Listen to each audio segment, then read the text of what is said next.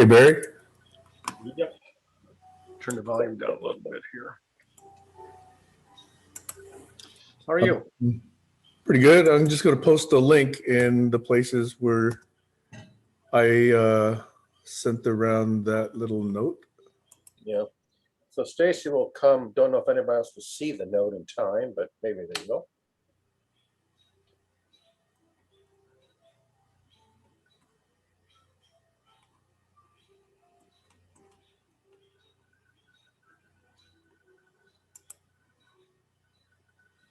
Just one more place.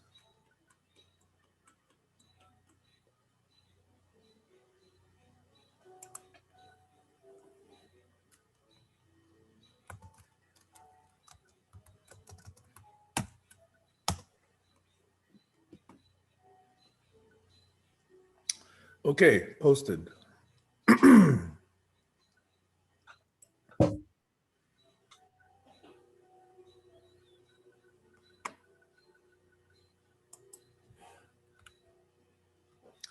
So it does seem like if there are people who want to come on and do unblocking, we should probably see what they would like to unblock. Otherwise, the time is just free. Whatever people want to talk about, whatever. I thought that the things that you and Stacy brought up yesterday might be worth spending a little more time on because they were kind of interesting and really hadn't been thrashed out. There's Stacy. Stacy's here. I'll be surprised if anybody else notices the announcement on short notice. But Stacy, are you on? Yeah, I'm here. I'll be right there. I'm just waiting to grab my coffee.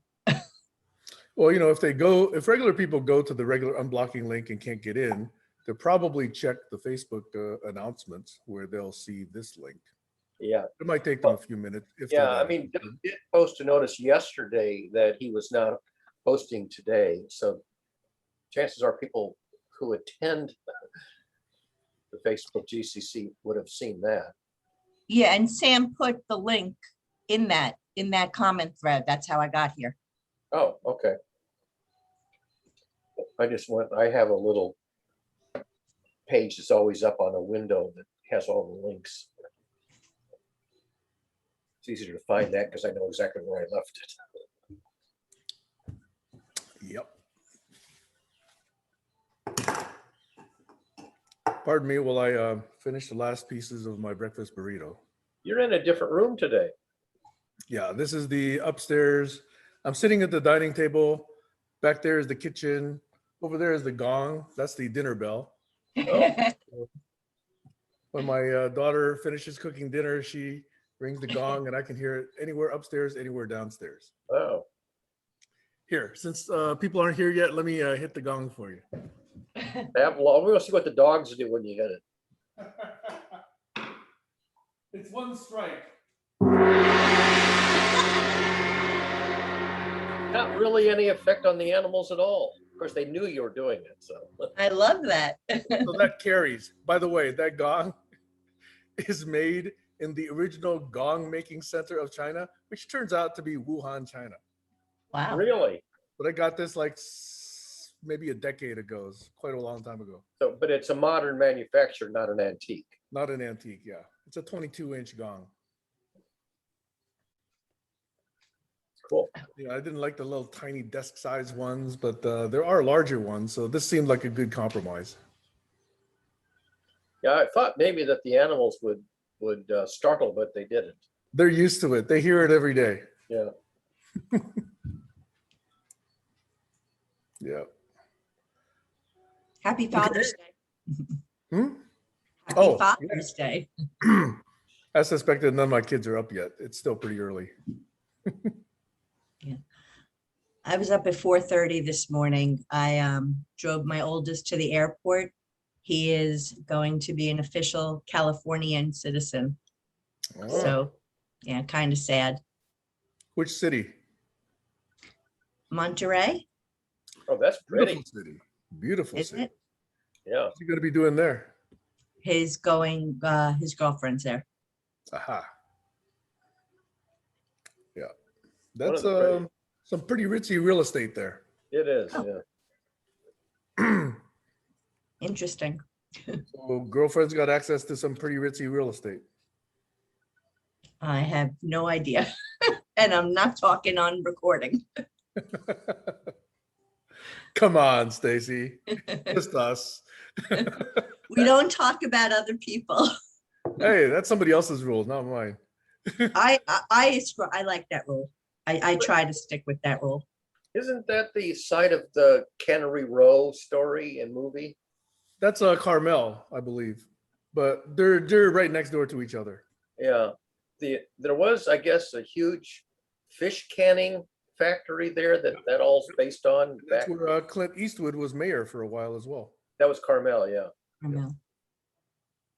I could be wrong, but I do think it's Carmel. Somebody told a story, hopefully it's not one of you two, otherwise I'm repeating a story you told me, that he ran for mayor because of the previous administration's policy. I know what it was. There was a church that wanted to enlarge their parking lot, and they couldn't get permission from the town to enlarge the parking lot. And somehow or other, Eastwood got involved in the same issue of the local government, sort of being very conservative. So when he ran for mayor, he told the parishioners of this church that he would approve of them enlarging their parking lot. So they voted for him, and he got in, and then he reneged. Oh, really? Yeah, I don't know the details. yeah. And that's a story. I mean, it's Sounds just, like politics. yeah, it's a story that somebody told me that may or may not be quite as I'm reciting it. I do not know that story. Yeah, but he evidently ran for mayor because he wanted to change some policy or practice that, maybe he wanted to Good enlarge reason to his say. parking lot for his, I think he had a restaurant or something there. Yeah. He wanted to do this. He wanted more parking for his restaurant. And so he said, everybody can have more parking lots. And then he got his way, but nobody else did. At least the church didn't. Nope, I didn't hear that one. Yeah, but anyway, it's a very artsy fartsy kind of town. Yeah. Lots of little boutique shops. Yep. Very expensive. Yep. You're talking about Beautiful Carmel, people not go to go Monterey. skiing. Yeah. Carmel's a very small town. Yeah. On one end of the 70-mile scenic drive with the big country club. I guess Hush. it's a Monterey Country Club. I forget the exact name of it. And Monterey is a bigger town on the other side of it. Country club. You want to go outside?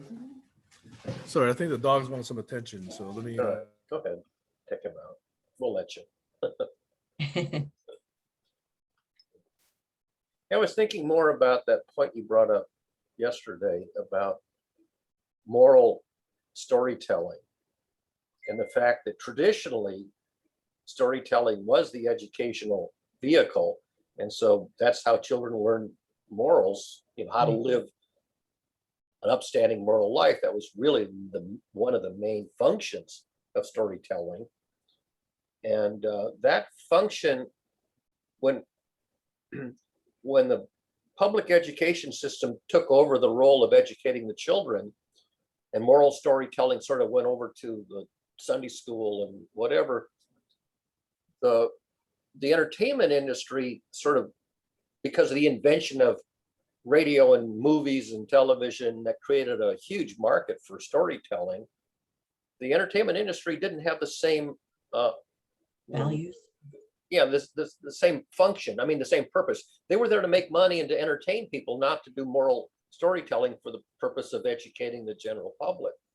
So they were much more liberal in terms of what they would put into stories compared to the moral story craft that traditionally was in human culture for thousands of years. Well, I'm in a lot of groups like this one that talk, well, not this one so much, but that talk about shifting systems. And that's why I'm always thinking in terms of education, entertainment, and research working together. Yeah. Because it goes to the goals and it goes to who you're giving back to. Right. And I haven't been able to make that point in a way that was clear. But you see that the church has its goal, and the entertainment industry has its goal, and the ticket buying public has their interests, and the education system has its goal, and they don't exactly align, and they overlap, but as long as they're not opposing each other, there's not any serious conflict. But as soon as they get orthogonal and not terribly aligned, you get cross purposes. So you can go from totally aligned to slightly aligned to cross purposes to antagonized objectives. And I think was it Sam that said it? Or I don't remember which one of you said it, but it goes to I think you did. Let's find out what the goals are first. Right. Let's agree on the goals. Yep. And of course, that's the whole point of independent systems. They don't necessarily have aligned goals. Generally, they don't. Sam, you want to say something? Yeah, I think that is a more nuanced idea, and we're back into yesterday now. But this whole thing of having the same goals, I think, is often a mistake, because if we're essentially going towards slightly different goals but coherent, then it still makes a lot of sense for us to act relatively independently and support as opportunity arises. Okay, I think there's a number of different ways that we align on objectives. One is to have absolutely the absolute same charter slash goal. That's a company. That's where somebody can actually mandate this. Right. But another one is where, hey, I'm doing this, but they coexist nicely. I'm feeding the people, you're giving them clothing. That's all very nice and coherent, right? And then there's others where I'm doing this and you're doing that, completely independent, but still there's nothing wrong with that, right? You're not detracting from each other.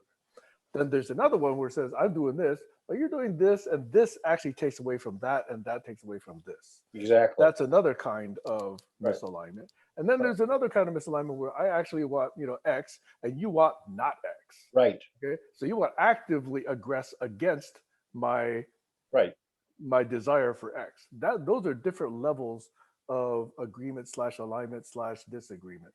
Yeah. And so for people to say, I want the same goal, they typically mean I want the same set of words on the same printed 3x5 card that we're both carrying together. Okay. I think that's unnecessary in this kind of environment. And I think that the coherent, potentially opportunistically supporting is sufficient for this level of co-visioning that I think we're trying to do. So that's my statement. So we live in a culture where we are flooded with entertainment stories and drama. And in an exciting drama, you have a protagonist who's going this way, and there has to be an antagonist who's in the way. And so the protagonist-antagonist creates the conflict, which creates the drama. And that's why people like to watch stories where there's a hero and a villain. So that's what makes a story dramatic.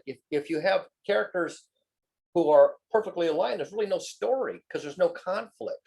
So the whole idea of introducing conflict because it makes for an interesting story, that people will buy a ticket to see a contest, and they'll go to a ball game where there's a contest, and they'll play a chess game where there's a contest. People are entertained by contests. Basically. So again, what I'm talking about when I say values aligned, I'm saying at least ask the question, because so Sam, when you say what we're trying to do, I'm not sure who you mean by we, but I'm really thinking about the bigger picture. I'm talking about people that watch TV, everyday people that have all these opinions and arguments over these things. I'm saying bring up the question first so that each one of them asks themselves, what do I expect out of the education system? Because it doesn't even make sense to have a conversation about what we're going to do if we don't even agree in the direction. I don't mean specific goals, but in the direction. Are we looking to form a workforce? Are we looking to teach human beings how to become human, how to, live their best? And how to see over the horizon, because it's easy to see the near term. You can envision the near term consequences pretty easily, but it's much, much harder to see the long-term consequences over the horizon. And so wisdom is all about making sure that naive young people are aware that there's long-term consequences that they may not be aware of, that they're going to regret, not tomorrow, but maybe in 10 years. And so a lot of moral education is about introducing people to become aware of long-term downsides so that they don't mortgage their future for a near-term, pleasure. So again, this is where you would have some people saying, well, morality shouldn't be taught in schools. That's not the job of the schools. So what I'm saying is, let's at least find out who's in the conversation with us. Yeah, yeah. Well, I mean, if you create a culture that's not sustainable, a lot of cultures collapse because they didn't have the long-term vision. And so it's not just morality, it's sustainability of a culture. Sam, you wanted to say something? You Sam, muted yourself. You muted yourself, Sam. Okay, thanks. So at some level, they do look like goals. But if you keep asking why enough, they look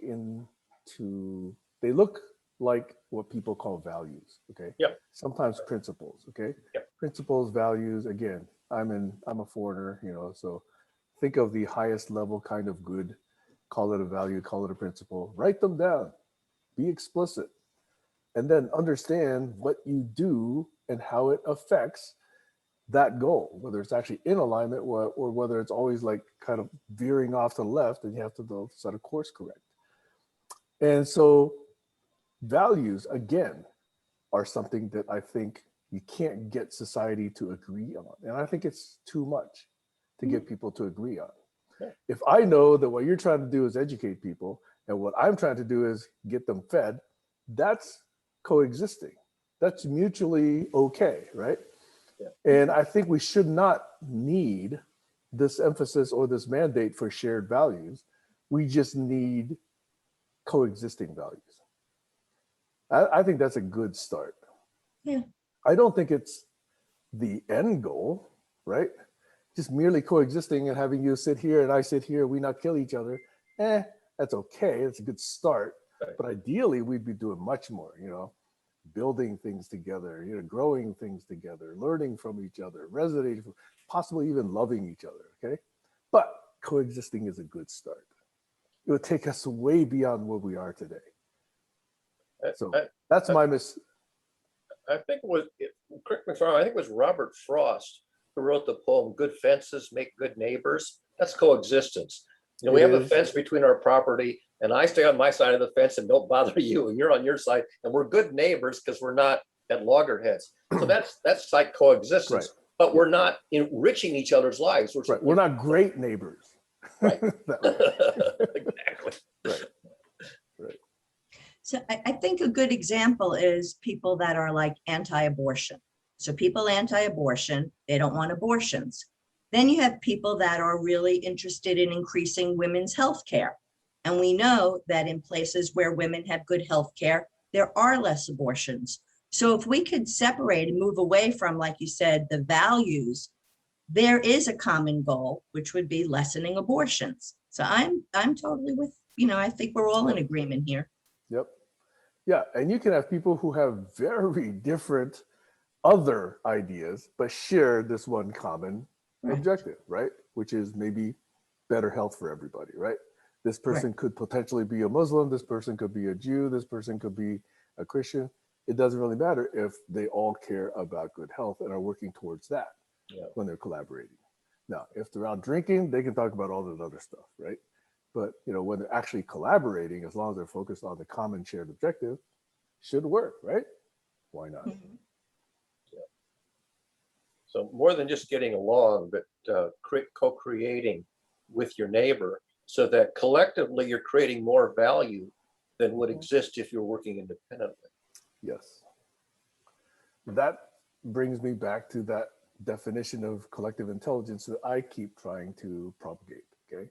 Which is, if adding a person to a team or project or objective or organization or whatever, if adding a member can always keep the quality of our work at least as good as it was before, if not better, okay?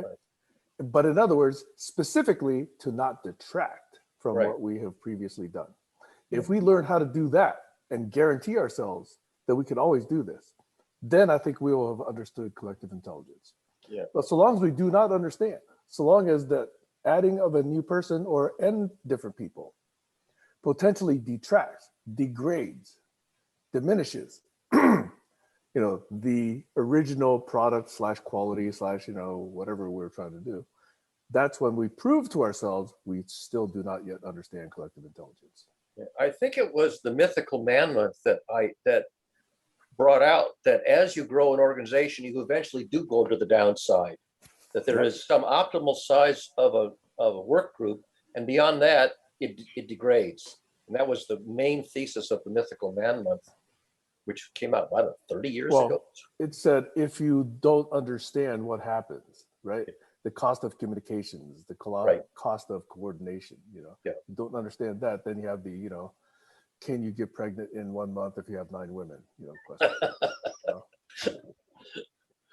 Not pregnant, but can you give birth? Sorry. Yeah. So there is this notion of eustress, that is more stress improves your output, but then there's optimum, and then after that it's distress. And a lot of things have this hill-shaped model where you can improve the overall benefit up to some amount of added resources, and after that, adding more resources puts you on the downside of the hill. Yeah, so that's a good point, because one of the things we could learn in collective intelligence is to say, no, we're good. We 5 are already doing great, and we don't care about going from 87% to 87.5%. If you want to come on board, here's a related task, and this is how we get things to be as good or better. Yeah. You don't necessarily have to add people to the same identical objective as the original team, right? Because there's always a larger picture, right? Yeah. So that, I think, is one of the things we need to learn in collective intelligence.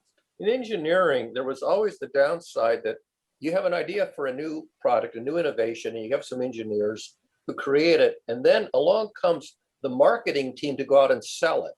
And there's this classical notion that the marketing team goes out to the customer and promises them more than what the product can deliver. And then you get this conflict. I've never heard of that, Barry. What the hell are you talking about? That never happens. You never heard it from me. What age were you living in? We've solved that problem. No, look, Kayla just joined us. Hey. Yes. Good morning. And you're muted. Kayla, happy Father's Day.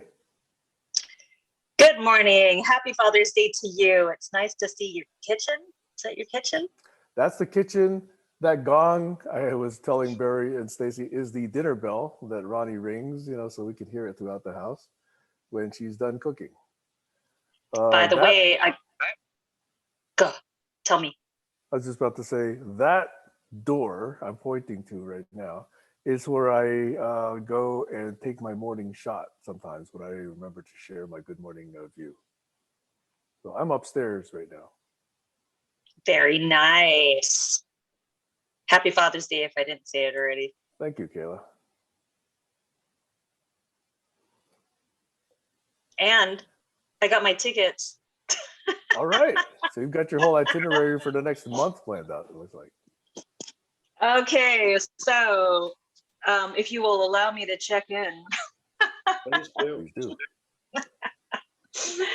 I applied for my wilderness permit for this coming weekend, and I'll be meeting my friend to go backpacking. I've never gone backpacking before, but I think it's relatively safe since it's in Yosemite. But you have to be very specific where you go, otherwise they'll deny you the permit. And I couldn't go under her permit because the park is very strict about how many people they let in, understandably so. So I applied for a permit, and we'll make it work. If not, she's going to have to amend hers to have me come. But there's a strong possibility that I will be completely alone for one day, just because of logistics. And I'm just like, oh my God, what am I getting myself into? So that's that. I have to look for bear canisters this weekend and a bunch of other things that will make me safe throughout this whole process. Yeah, but I think I'll be fine. There'll be lots of mosquitoes and other bugs. Oh yeah, that too. I know, exactly. Things that'll like eat me alive. So there's that. Um, yeah. And then I got my um tickets to go to Washington. So I'm gonna go to Washington and hopefully see Sam, at least for a night Yep. with my kids. There's two Just guest rooms over there. yay! And all your dogs. Oh my gosh, I'm just going for the dogs, So by the way. exciting. Yeah, the dogs and your view. Sorry, Sam. I'm going to be using you just for those two things. Use me, but don't abuse me. I don't know about me, but my kids might. And then, yeah, we'll be doing that. And is anybody here close to or in Ohio? No? Okay. Because I'll be going there potentially next month, if not definitely in the coming months. Yeah, that's my chicken. It's pretty cool. Can you fill in a hole of what topic you're actually going to be presenting on in Ohio? So this senior living center has asked me to come and present about the Polynesian culture. And the director is in charge of memory, I think, the memory care division. And she said that she thinks that, well, first of all, she wants to kind of expose them to different cultures. The term she used is, I want to be progressive. And I was like, ooh, I like that. What was the word? I want to be what? Progressive. Progressive. Yeah. So I said, this is up my alley because I nerd out when it comes to the Polynesian culture. It's not just the hukilau or, the hula or anything touristy like that. I nerd out when it comes to stuff like this. So I warned her that I'm a bit of a geek when it comes to the Polynesian culture. And she said, that's perfect. So she thinks, she thinks that'll spark their memory. And she asked if I could do like a gentle activity with them. And she wants me to come throughout the year and paid too. So that's very exciting. And my best friend, he's in Cincinnati. So he said, you can stay with me. And there's my excuse to visit him. I do have a male best friend who's married, and he's this ginger, redheaded, wonderful guy that I was friends with for such a long time. He was my roommate, actually. And I haven't seen him probably in about 10 years, maybe 15 years. So this will be good. Anyways. Awesome. Is that potentially going to be recorded? Probably, but I don't know. So the rest I'm not of us really can nerd out on Polynesian yeah. culture? So you can see the glazed eyes of the people looking at me going, I have no idea what you're talking about. No, the camera will be on you, right? Yeah. Hopefully, otherwise I'm afraid I might bore them with all of my technicalities. Well, we'll see. We'll make it fun. Good. Well, before you arrived, Stacy and Barry and I were talking about some of the subjects that we were beginning to explore yesterday. So that's what we were bringing up. Well, you're a little hard to hear, Sam. Let me see if I can change my microphone settings. Stacy, can you hear me?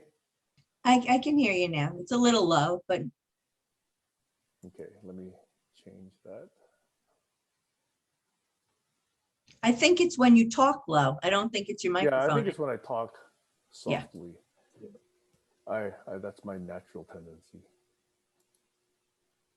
Project. Okay, I will project. Now I can hear you. Also, I will turn off this automatically adjusting microphone volume setting in Zoom Good idea. because it always sets my microphone to lower sensitivity. So I've jacked it way up. Is it better? Oh, much better. Yes. I can hear you clearly now. Yeah, I just want to make sure there's no static, when you set it up too high. Distortion. Okay, I'm done with that. So Barry, Stacy, what were we talking about? Or Kayla, what would you like to talk about? Well, Kayla just put in the chat that she's doing a little cooking, so she's off mic for a few minutes. Mm.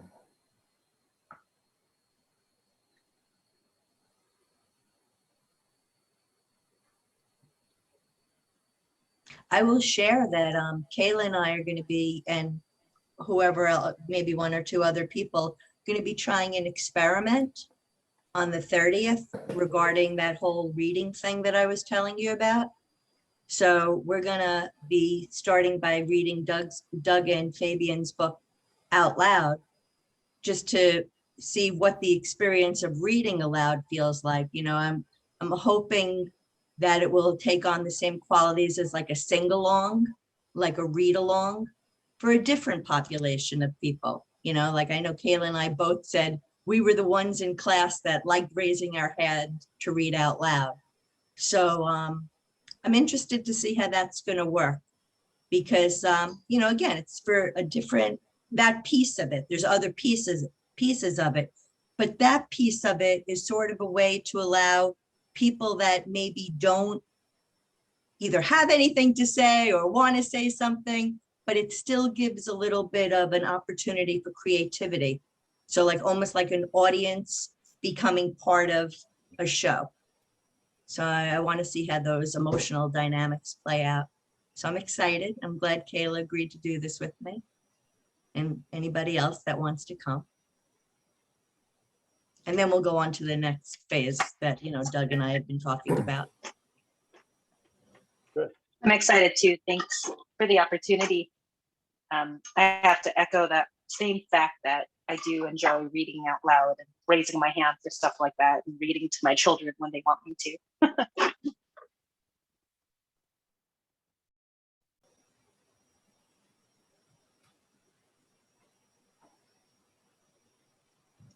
What are you thinking, Sam? Are you reading a message? No, I was trying to remember what we were talking about. My memory's gone. Whether we need shared goals or shared values, or There we go. Right. And what happens when they are at cross purposes or conflict? And we sometimes think they're different, but in actuality, the words are different, but the goal/value is pretty much the same.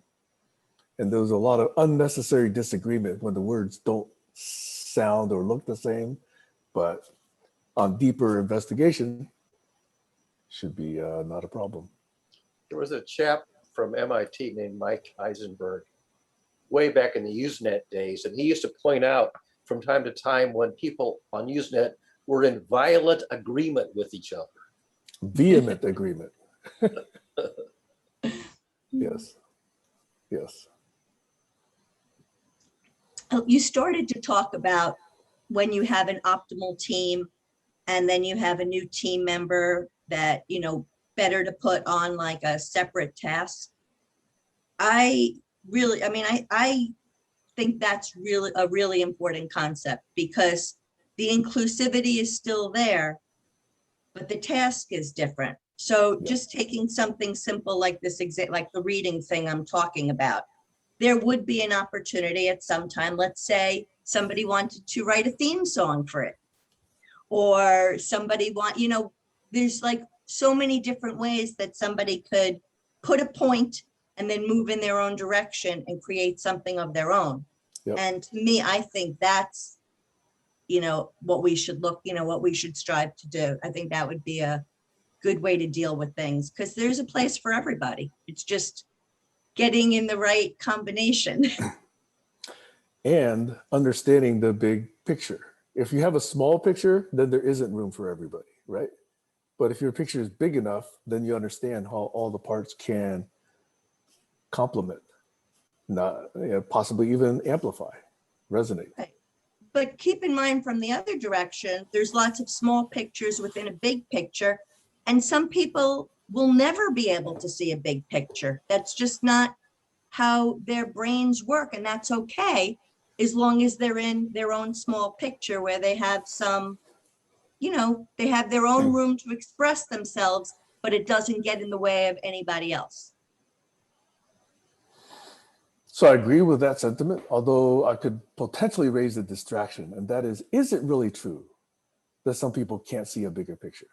I've heard Yes. that a lot, and I don't even know if that's really true. Yeah. I think it's absolutely There's true. a very interesting example of that. I once went to the Museum of Modern Art in New York City, and they were featuring a Van Gogh exhibit, which is the main reason I went. And there was this one Van Gogh painting that was almost a full life-size portrait. And it was in a very long hallway where you could get very close to it and you could walk very far back from it. And if you're you know how Van Gogh paints in kind of these swirly brushstrokes.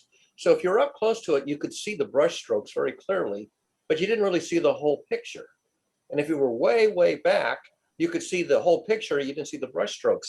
But there was one point right at the transition between close and far. And it was almost mystical, magical. And I stood at that spot because your perception switches from seeing the pixels to seeing the big picture. And it was just astonishing how there was this one position where you were at this transition between, I can see the big picture. No, I can't. I can only see the individual pixels.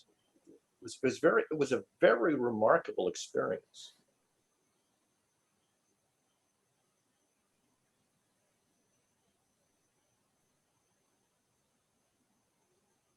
Mosaics are like that. I mean, almost by definition. You get close to a mosaic, you see or a stained glass window, you see the individual pieces of stone or stained glass, and you get far enough back and you see the big picture. And that transition point between them is very dramatic. Another slightly, a different way to, I think, explain the same thing is think about analogies. Some people are great with analogies and they get it. And some people just can't get analogies. Yeah. And the trick with analogies is knowing what to use as the base of the analogy. So you want to start with something that somebody knows really well, has deep insight into, use that as the base, and then map that to this other domain. And if you can find the base, you can oftentimes make a very nice analogy. If you can't find the base for an analogy, you're screwed. You can't come up with an analogy that has a solid base and then the space you map it onto. I think that's the whole thing about writing parables and allegories and fables and fairy tales, is that the quality of them as an educational or insightful vehicle depends on whether they can connect to the base. The base here is one as well in an analogy / metaphor. Yeah.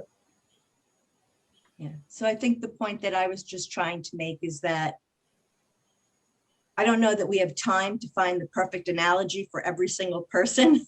So sometimes it's just better to know that somebody can see a vision. Yeah. It's hard. I've always been pretty good at analogies, but only if I can use the right base. If I can't find a base, I'm screwed. I can't come up with an analogy that works.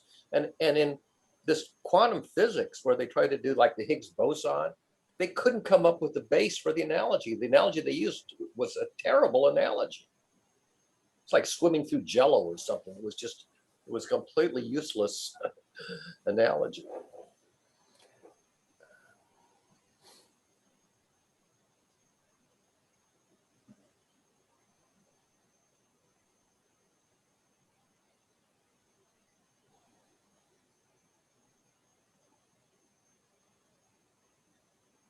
Left everybody speechless again. My bad. I never heard of that, but that's okay. Well, analogies are only useful if they're meaningful to both the speaker and the audience in some way. Yeah, right? Exactly. So if the audience has no basis for understanding this completely new phenomenon, like Higgs, right. There's really nothing to analogize. That's right. There wasn't. And that's, I mean, being a science educator and you run into all these frontiers in quantum mechanics and cosmology, and you go, is there any way to make this accessible to the lay audience? And is it worth it?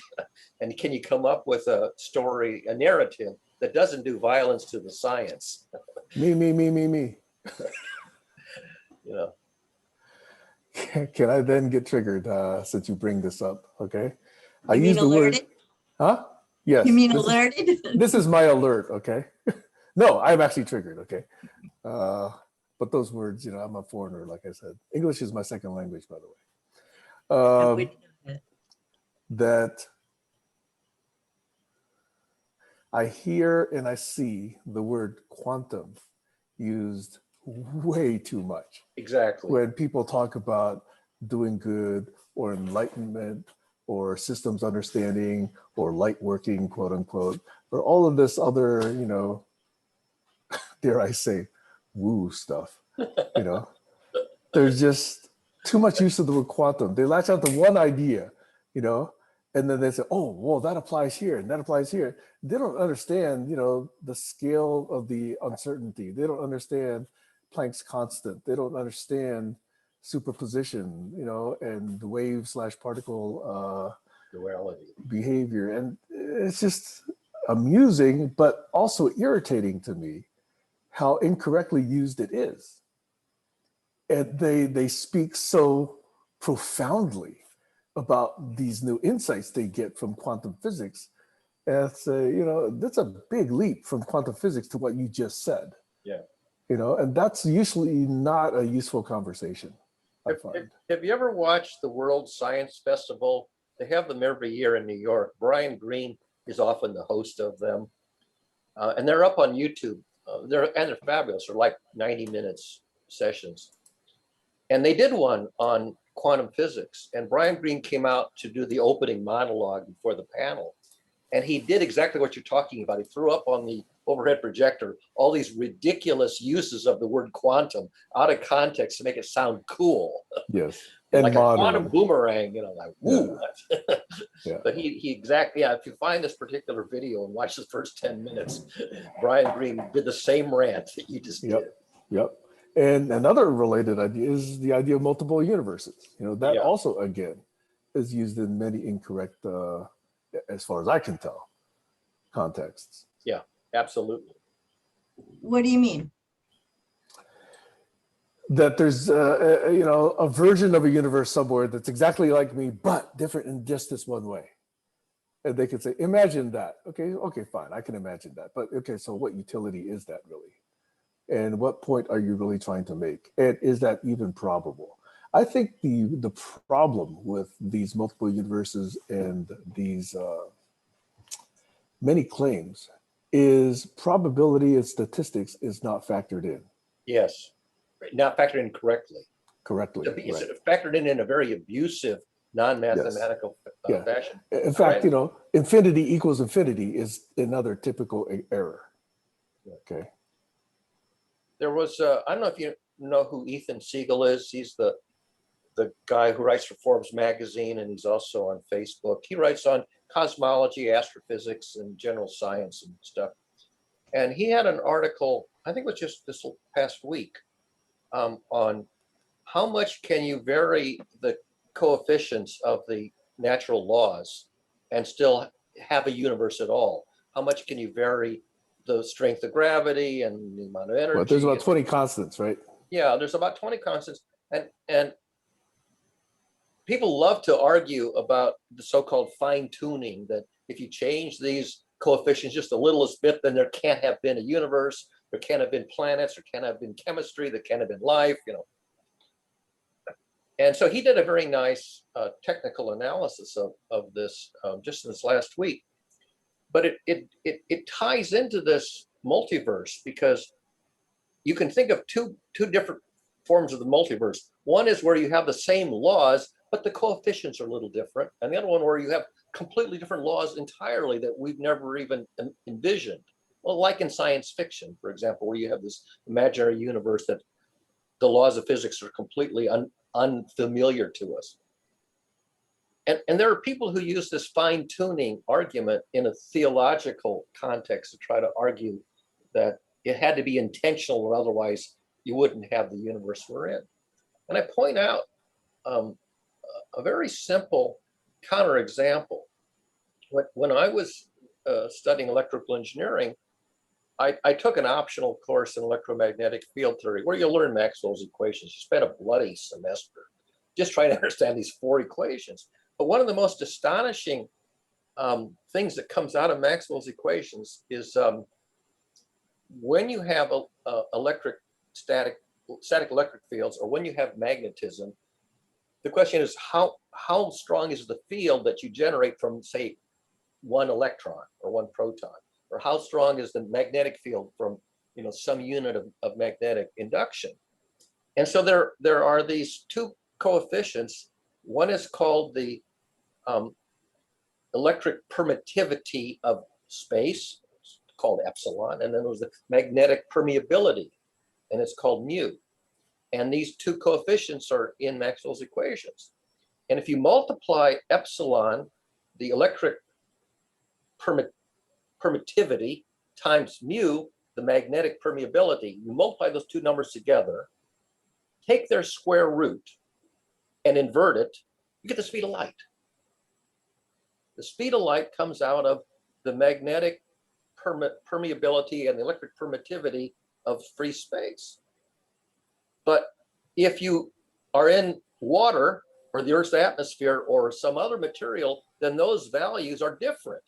And as a result, the speed of radio waves or light is different. It's slower in water. It's a little bit slower in the atmosphere. And so we have living things in the ocean where the speed of light is quite a bit slower than it is in the vacuum of space. And in fact, these 2 parameters can vary dramatically over very, very wide ranges. And it's all part of the same universe. Stacy, I should stop and let you ask a question.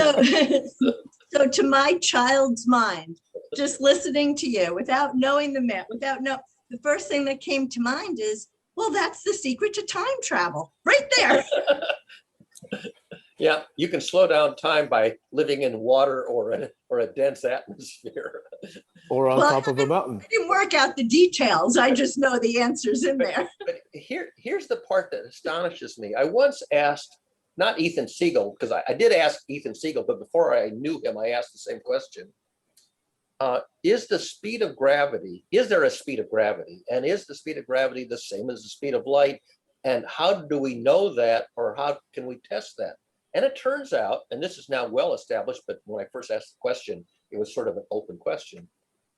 Turns out that the speed of light is exactly the same as the speed of gravity, which tells you that they're not independent, that something connects them both. So if the electric permittivity of space and the magnetic permeability of space determines the speed of light, then somehow those have to be connected to the force of gravity in some deep way that we don't understand.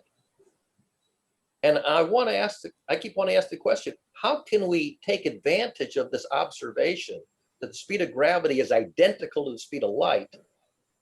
And then from that, get some insight into this missing unified theory that connects everything to some underlying foundation. That's really an open question. But it also has to do with this multiverse and the variability of these parameters, because whatever determines the speed of gravity has to be exactly the same as what determines the speed of light. Yeah. And I don't understand it yet, but I came across something just in the last couple of weeks that referenced gravity as not a force. And I haven't read that article in detail yet, but I'm still trying to figure out, what that really means. It's really the curvature of the fabric of space. That's right. That's right. And that's Einstein's work. He says it's not, you can envision the force of gravity. You can have a mathematical term that works with, force acceleration formulas, but really what you need to do is consider that the fabric of space-time is not a grid, not a rectangular grid, but it's deformed. And the presence of mass deforms the grid, the fabric of space-time. So mass tells space-time how to form its shape, and then the shape tells mass how to move. And that's what the Higgs boson does. It somehow has a connection to the Higgs boson, which I frankly haven't wrapped my brain around. I'm still stuck on trying to understand the Higgs boson. But the notion that the fabric of space-time is not a rectangular grid, but is deformed by the presence of mass, and then light and particles on a free motion will travel around, what's it called, a curve of least something or other. Mhm. That's not and the math for that is really hairy, really hairy. You can understand the idea, but it's real. The math is really hairy. Right. And in fact, yesterday in Saturday Barn Raising, there was already another example where some of these phenomena were used incorrectly because the scales were not understood. Something like, well, humans are magnetic, right? I mean, that's a pretty interesting claim just based on the fact that we have some metal in our bodies.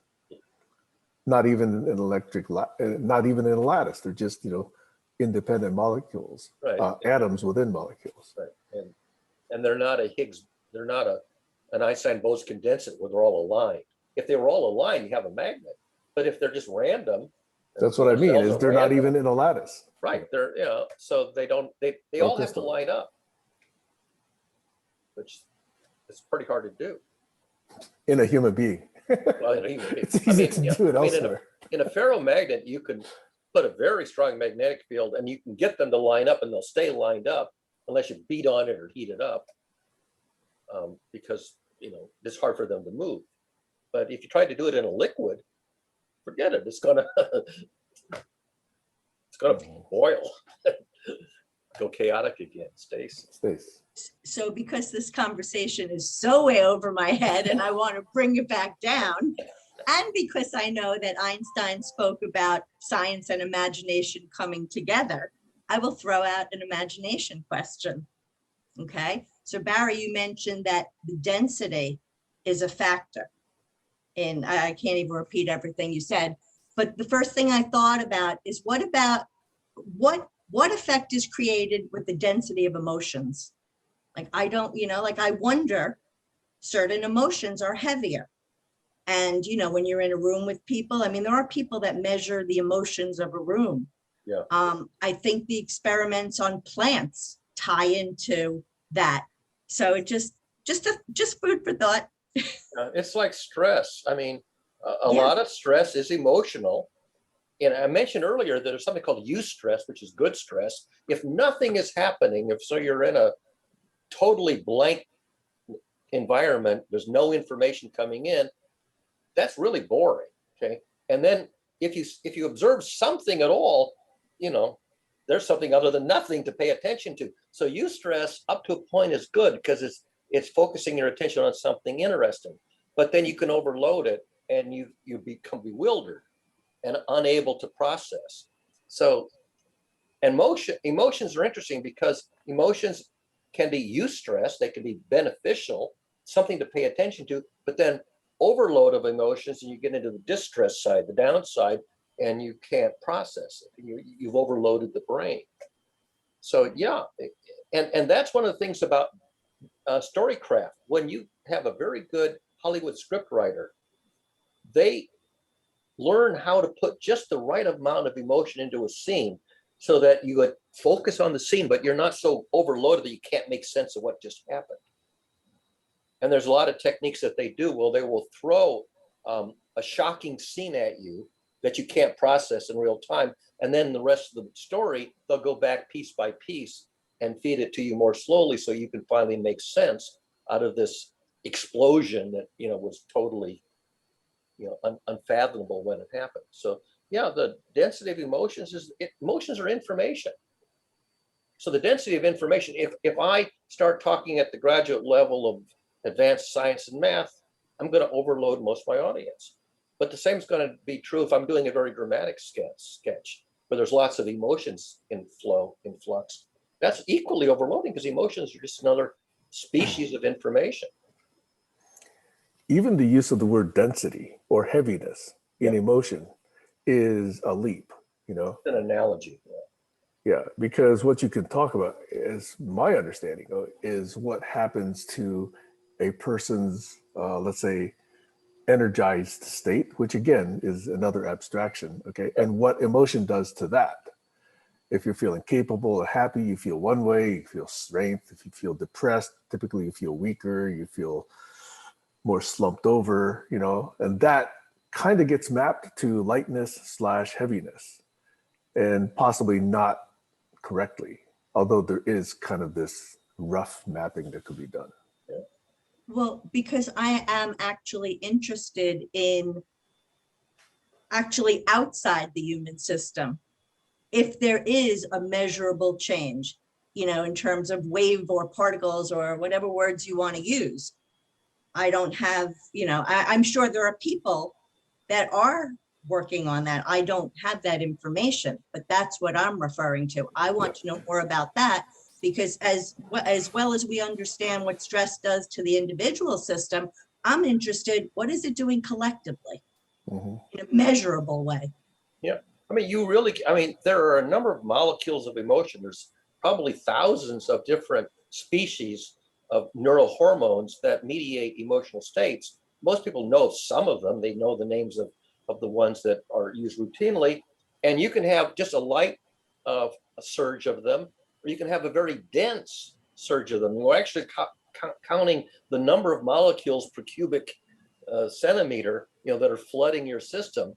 So, if I get a cortisol surge, if it's dense enough, I feel like I'm going to have a heart attack. I can actually feel, a very powerful surge of some particular emotion mediating hormone.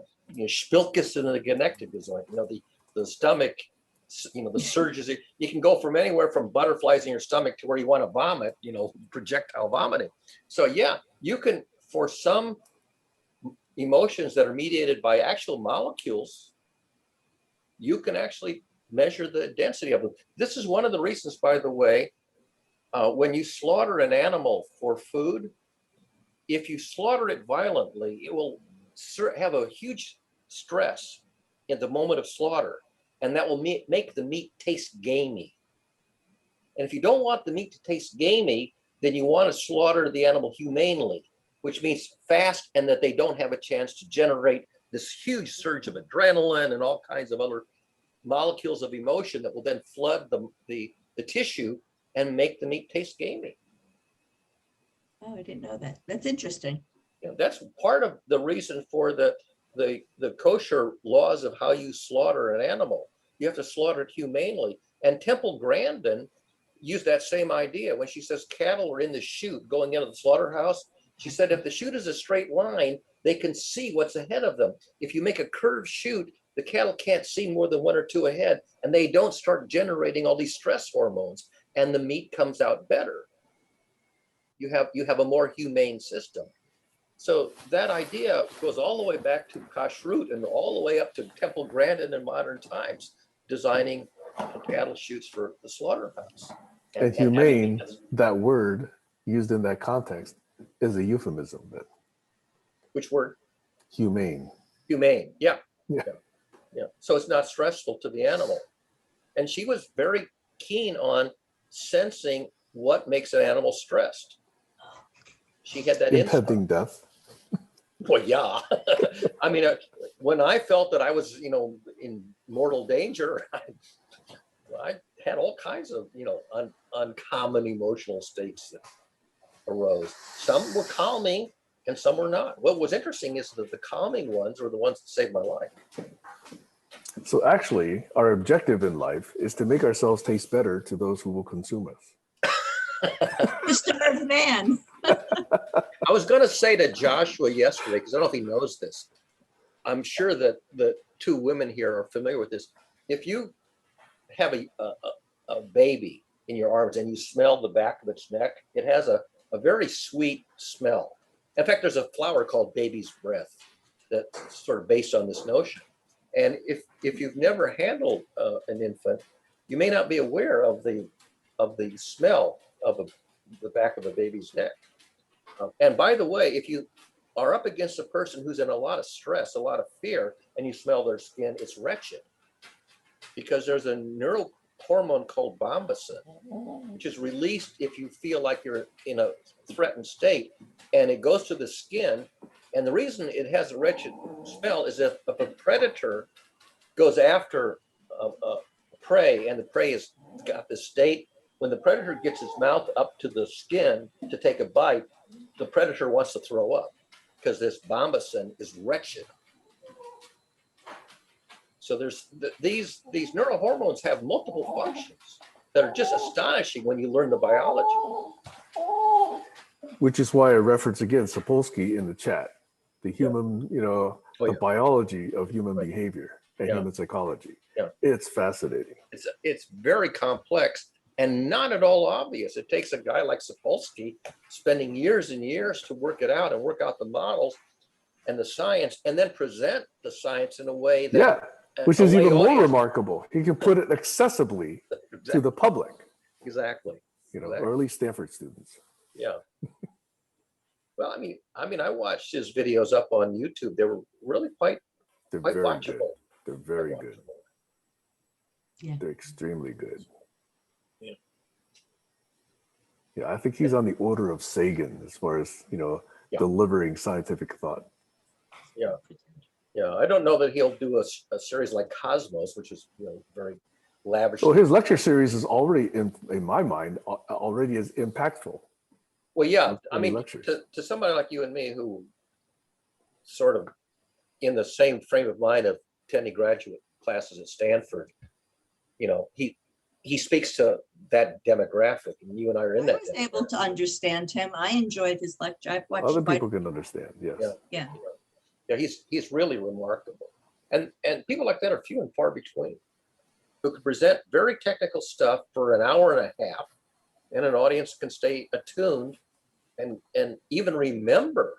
I mean, there was a lot of cases where people have gone to physics lectures and they follow the lecture very closely, understood it perfectly, and an hour later they couldn't say what they learned. They couldn't retain it, even though they could understand it when it was presented.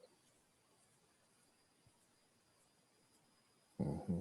I think Dirac was somebody who could give a lecture that people could follow it and be absolutely transfixed. And then the next day they couldn't say what they had learned from Dirac.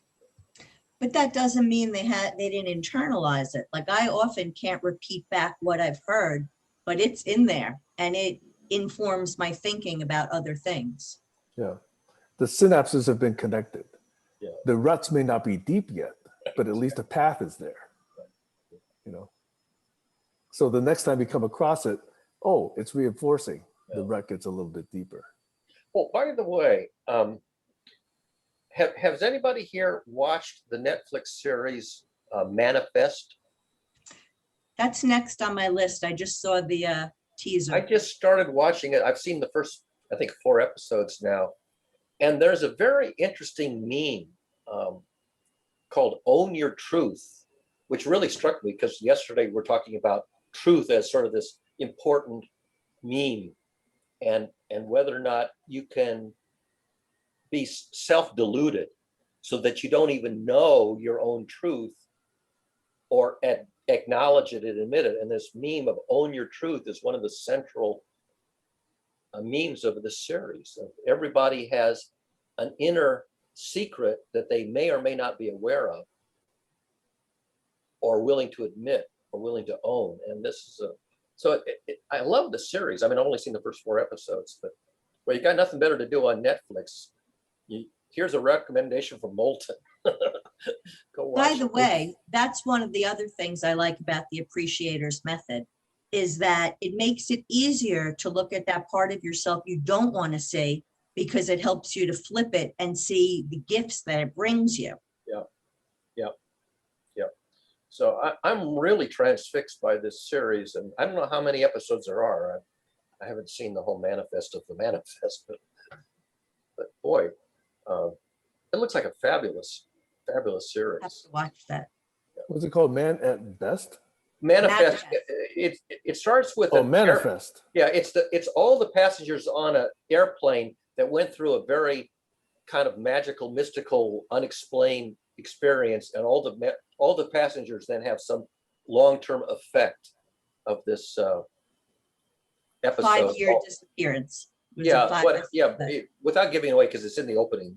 That's in the opening. That's the only It's in the opening. The airplane vanishes off a radar, and the passengers in the plane just only experience turbulence briefly. And then when the plane finally comes in for landing, it's 5 years later.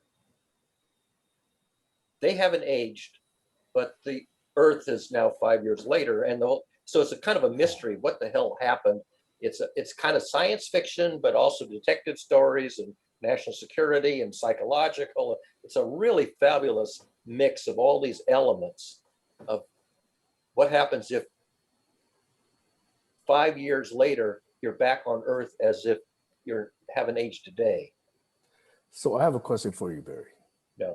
This is at least the second time, if not more, where you've actually cited a TV show as a source of insight or truth. Yes. And it turns out to be a work of fiction that you're Yes. quoting.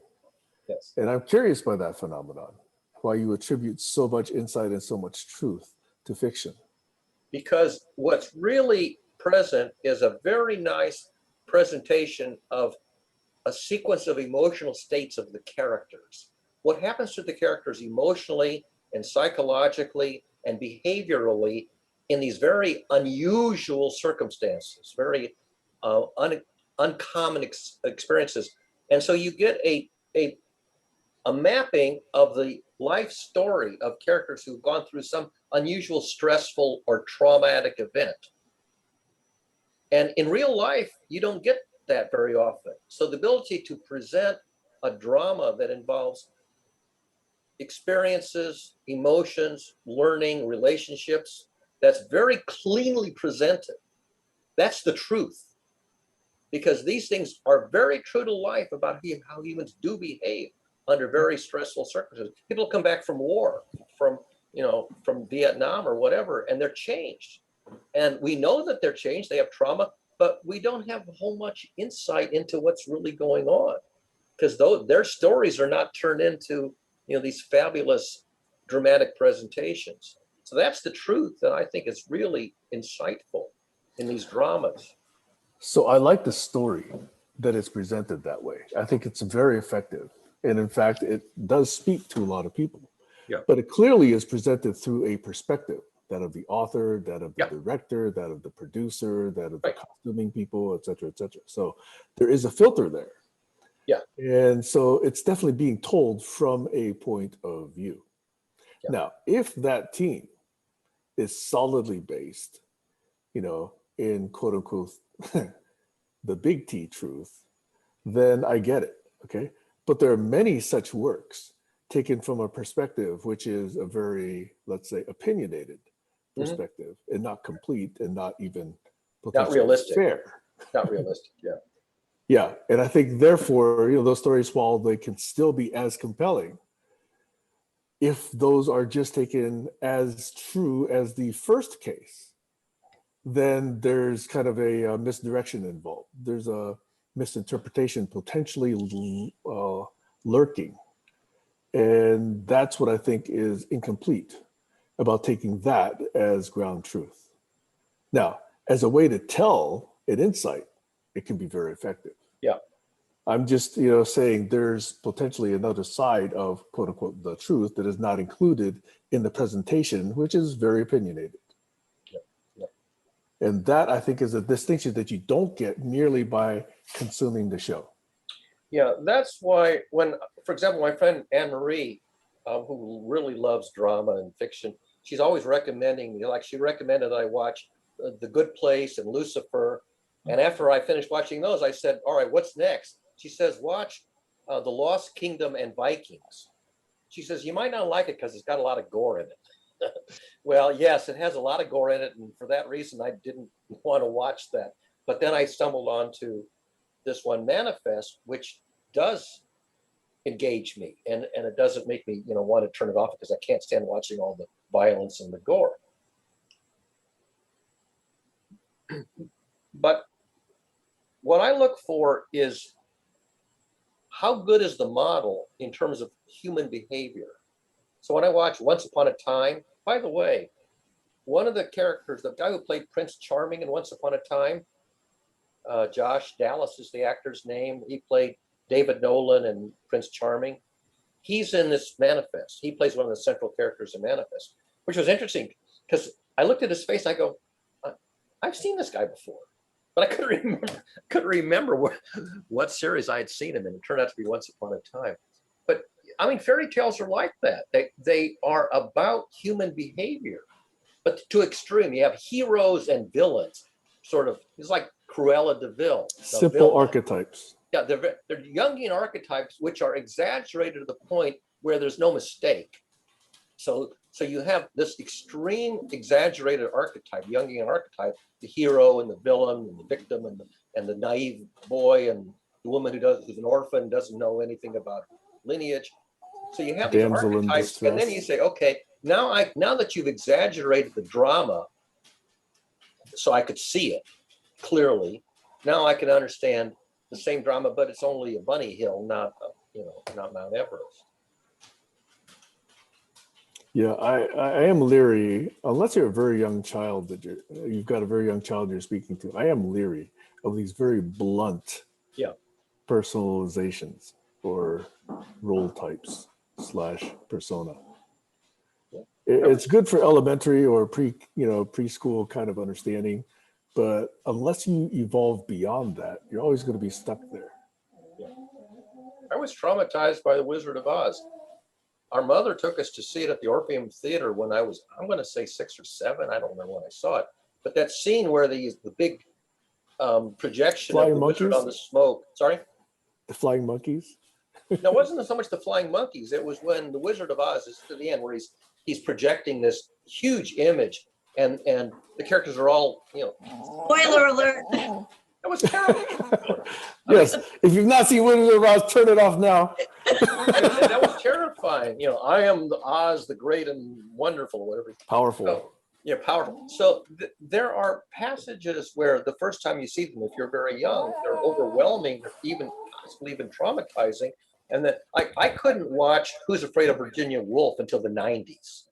I finally went and got it at the library, and with great trepidation, I watched Who's Afraid of Virginia Woolf. And the first time you watch it is just, I don't want to watch this. I don't want to watch this. You know what? I never watched the whole thing, but I did a scene, so I only know the one scene where they're arguing. Yeah. I didn't know it was scary. I mean, they have this young couple. He's the elderly professor with his wife. And this young couple, the younger professor and his wife, and they have this little social gathering, and they get into this very intense argument. Right. I know. And, I know. Some people that would be upsetting. It was very intense. Yeah, the density of the emotions was just so intense. I was taken to see The Exorcist at age 10, so not much really upsets me in terms of the movies. Yeah, when the head goes around like that. Mother.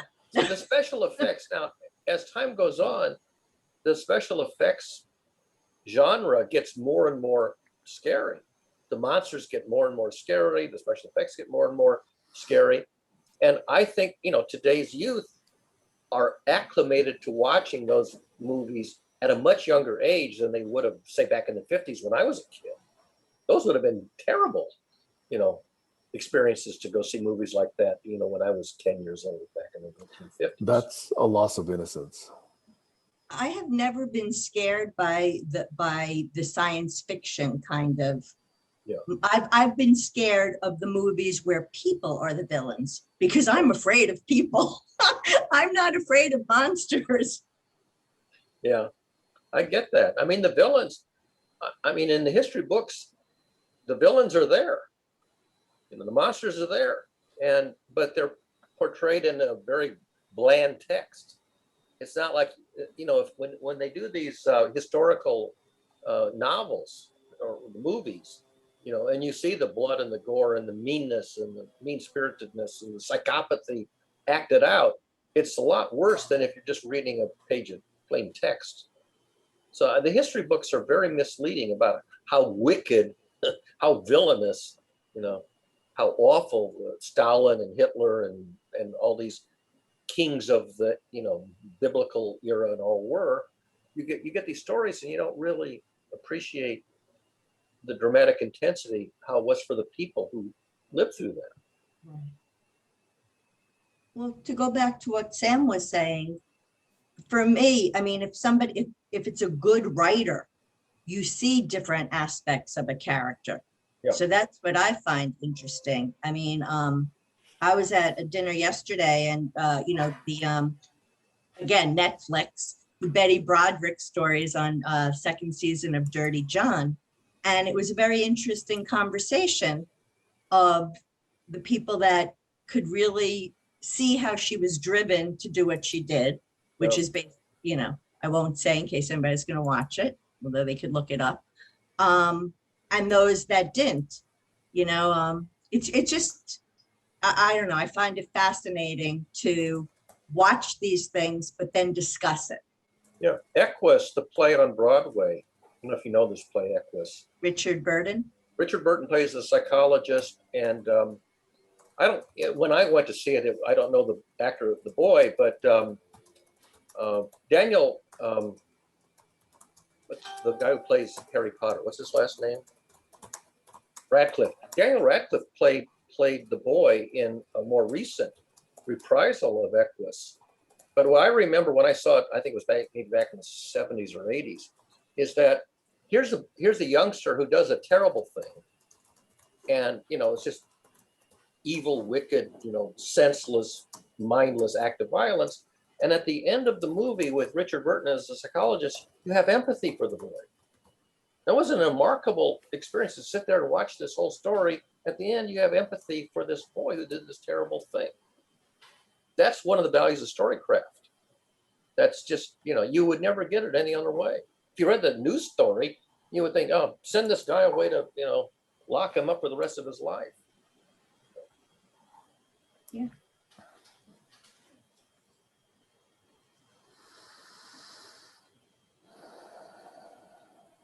One more theme from yesterday I thought I'd bring back and toss onto the table here is this notion of the Tower of Babel being more than just a language problem, that it's also a model and interpretation problem.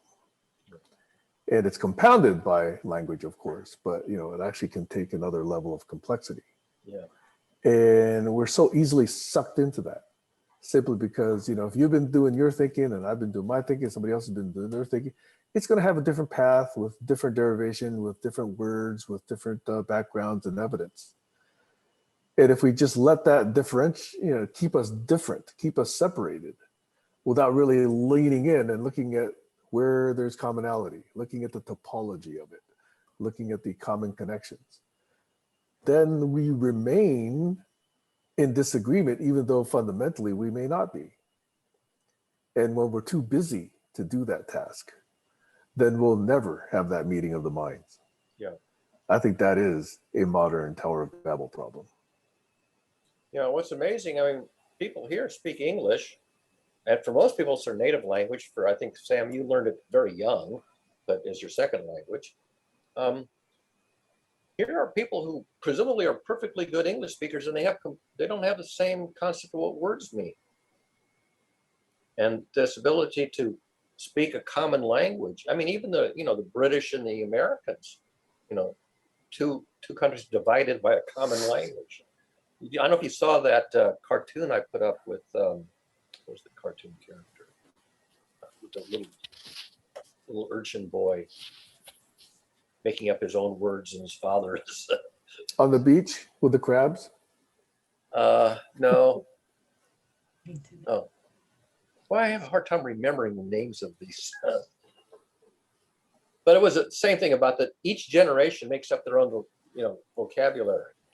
And then the older generation has to decide to see if they can figure out what this jargon is of the adolescents. I went through that in the 90s when I was forming these online learning communities, and we had a lot of adolescents on it. I was already in my 50s, and I had to figure out what all these cutesy little terms were. It's like in the Marines where they say hua. Hua means anything but no. And the kids on Micromuse, they said everything was foofy. Foofy was this word that meant almost anything you wanted it to mean. Silly or dysfunctional or broken or odd or weird, and eventually you sort of Ye, Y-E today. Yeah, I don't know what anybody means when they say we in this modern jargon version. I don't. Yeah. I haven't decoded that one at all. And you know, if you listen to a word in context enough times, you can sort of eventually figure it out by context. But sometimes you get the wrong interpretation, even with lots and lots of examples in context. Yep. So you end up talking different languages, even though the words are all in a published dictionary. They don't have the same meaning. How many times have we looked in the last, okay, let me ask you this, each of the four of us here. In the last 12 months, how many times have you looked up a word in the dictionary? Oh, A lot. A Mainly lot. because I do word of the day quite a bit. I do I it would say because I you're want. probably in the exception. Yeah. Most Yeah, people I'm sure I'm probably the don't. exception. I'm sure. And I use the thesaurus a lot because I'm looking at nuances where I don't want to use the synonym, which has the wrong nuance. I want to find a synonym that has a different nuance. And then I end up using synonyms that people don't recognize without realizing it. With Gertrude, this was pretty common because English is not her first language, and her English vocabulary is much smaller. And I have no idea when I use an English word if I'm outside of her working vocabulary. Fortunately, she will say, "Oh, I don't know this word in English." But most people will just nod very politely as if they know what I'm I would say talking 80% of the words you use are outside of my vocabulary, Barry. about. Are they really? 80%? Not The 80. ones that you put into the glossary. Well, yeah, Oh, you that's learned why they're in the glossary. I put them in the glossary precisely because I wouldn't expect people to be familiar with them. But I was hoping for a list of terms that we are using in conversation that need to be explicated, not the universe of words that you would like to bring in even before it's brought in. Well, That's kind of an interesting slant on it's it. because I have been using them, but not inside of the part of GCC where you're present, because you're not always present in all the venues. And so if I've begun to use a word, I'll put it in the glossary for your benefit mainly, because I've already begun to use it, you know, in other settings where you weren't present. Mhm. When I look up a word, it's usually just to confirm that the tone of it is what I think it is. Yeah. Because that's where, you know, I mean, the miscommunication that I have with people is usually people that have a very good command of the language, probably a better command than I do. So if I'm using a word and they're saying, no, it really doesn't mean that, I want to look it up to back up that I know what I'm talking about. And words can have a pejorative connotation, Right. meaning you're using them to indicate that it's a bad thing as opposed to a Correct. neutral or a good thing. And words which are nominally synonyms, some can have neutral connotations, some can be pejorative, Right. dismissive, and others can be laudatory. And you wouldn't necessarily know between a laudatory synonym and a pejorative synonym for the same objective observation, same objective behavior. Well, that's why listening to the tone is so important. Right. Like usually I'm alerted to the fact that there's some miscommunication because the tone and the word don't match. Yeah, that's very common. In fact, in music, in popular music, very often the story in the lyrics has the opposite mood of the music. If you have, say, a sad story like a ballad and the music is sad, it won't sell as well as a ballad of a sad story with upbeat music. And people who do popular music know this. This is why I point out there's only one national anthem in a minor key. And the lyrics are hopeful.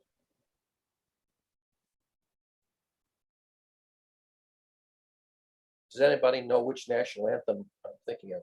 The music is in a minor. The music, I'll tell you, is the Moldau by Bedřich Smetana, which you may or may not recognize. Sam might recognize. So it's Czech, somewhere Eastern Europe. Well, the music comes from Smetana. Da da dee da dee da dee. Da da dee da dee da dee. Da da dee da dee da dee da dee da dee da dee da dee da dee da dee da dee da da. I can't sing in tune, but you know that's the opening But, of the Moldau. but the lyrics are not in Czech. The lyrics, and this will give it away, the lyrics of the national anthem, which is sung to the Moldau, the lyrics are in Hebrew. Hatikva, which is the Hebrew word for hope. So the lyrics are hope, which is what you want if you're in a state of despair. So hope is your goal when despair is your current state. And so the national anthem of Israel is Hatikva, which is literally hope, sung to music in a minor key. The only country, as far as I know, most of them have a C major march, very pompous march, victorious march. Yeah, very state approved. Very, yes, yeah. So it's interesting how how you find music where the norm is inverted. The lyrics are about hope, which means that we haven't won yet, and the music is minor key. I have no idea what that means. Minor key, maybe that means nothing to me. Sad sounding. A major key is happy, and a minor key is sad. Okay, I was not aware. The last thing I posted yesterday was a link to Howard Goodall's How Music Works, which is a BBC series. I wanted to look that up. Yeah. Yeah, well, I can put it in here again. The original series on the BBC was, quote, pirated to YouTube, but some of them got strikes because there were copyright strikes in some of the segments. However, it turns out the entire series is available not on YouTube, but on another website where you can watch the whole thing uncut. And it took me a while to discover that this other version of it existed. But I can go back and dig it up for you. But this Howard Goodall is this BBC presenter who is just fabulous. He's like Sapolsky and Sagan when it comes to music. He's just wonderful. He has this 4-hour series called How Music Works, and then a couple of other series on music, also on the BBC, with different flavors of the content. But this whole thing about music that's happy and sad and all this complicated music theory stuff is really a wonderful presenter. Very well presented.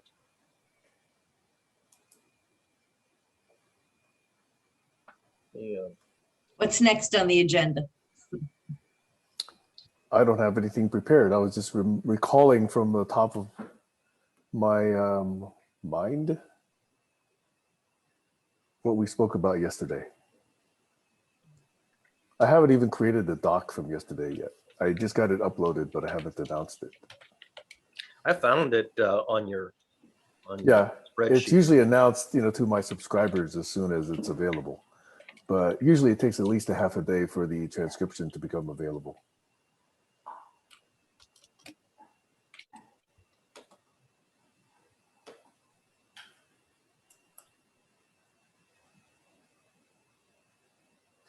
Speaking of music, on another distraction, I've been invited by my pianist / flute playing / accordion playing friend to go to the farmer's market on July 6th and play, some number of pieces for another half hour, 45 minutes with her. So that'll be kind of fun. I've never been invited to play at a farmer's market before. You gonna tape it? We'll see. I was thinking about getting a really slim crop top bra with a really long sarong / skirt. And this is a takeoff. No. This is a takeoff on a woman on YouTube who plays the violin at various public venues. And she calls herself the hot violinist, because she's slim and she's got a bra on and she's got, a long skirt on. So I thought I'd go there and wear this and call myself the not hot violinist. I immediately thought of Jim Carrey when he used to be in Living Color years ago. I don't know if you remember that. Wayne Brother. That was a great show, by the way. That was a great show. And he would wear. Sorry. Who? What, Barry? Who? I missed the name. Jim Carrey. Oh, Jim Carrey. Yeah. Yeah. The Many funny years actor. ago. The Very funny. malleable But face. he wore a getup like Sam is describing, and that's how I pictured Sam. Yes. Do you remember with the little pigtails? Hey, Jim Carrey just unique. He's got Yeah. skills that very few other people have. He is sui generis. He is in a class by himself. very broadly talented. Yep. Yeah, it's sad Well, to. Sorry, go ahead. No, I was just gonna say, that's where Robin Williams was as well. Yes, Yes. also in a Yes. class by a lot of fabulous presenters are in a class by themselves. In fact, this brings me to my thought, which is, some of the most brilliant people are people who understand comedy. Yeah. They are some of the smartest people around. Certainly smarter than politicians. Oh yeah. And they understand people, because Yes. if you don't And understand. psychology. Yes. Yeah. Exactly. And they're great observers.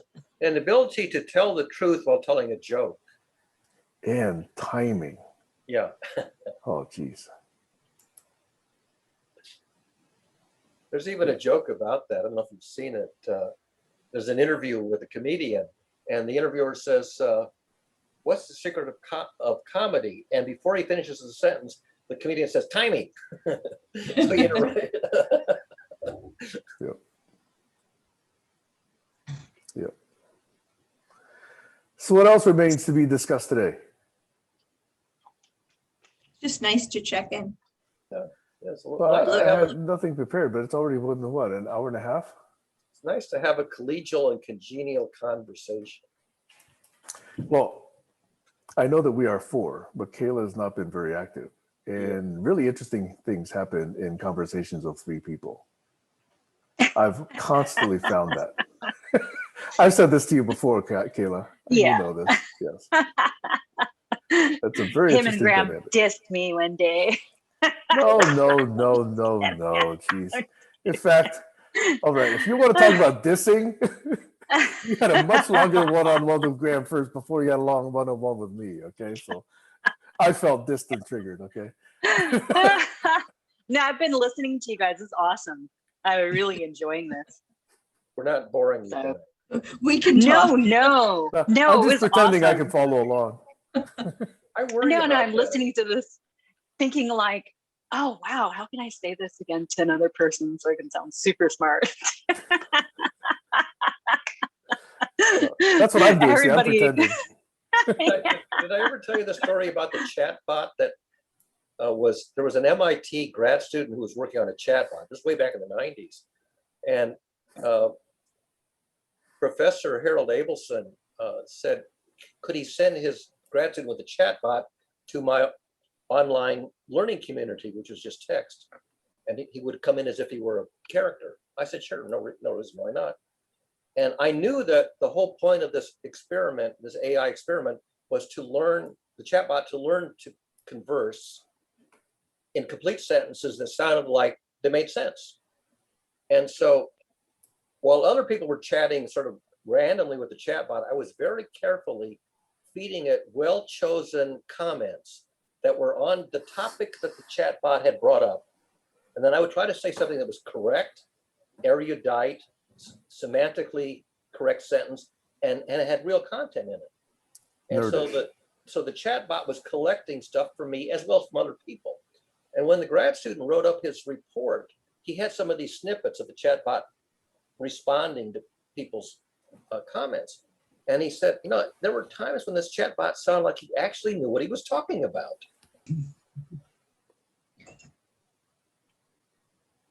So that's an existence proof, the story of Narcissus and Echo, the female in that story is Echo.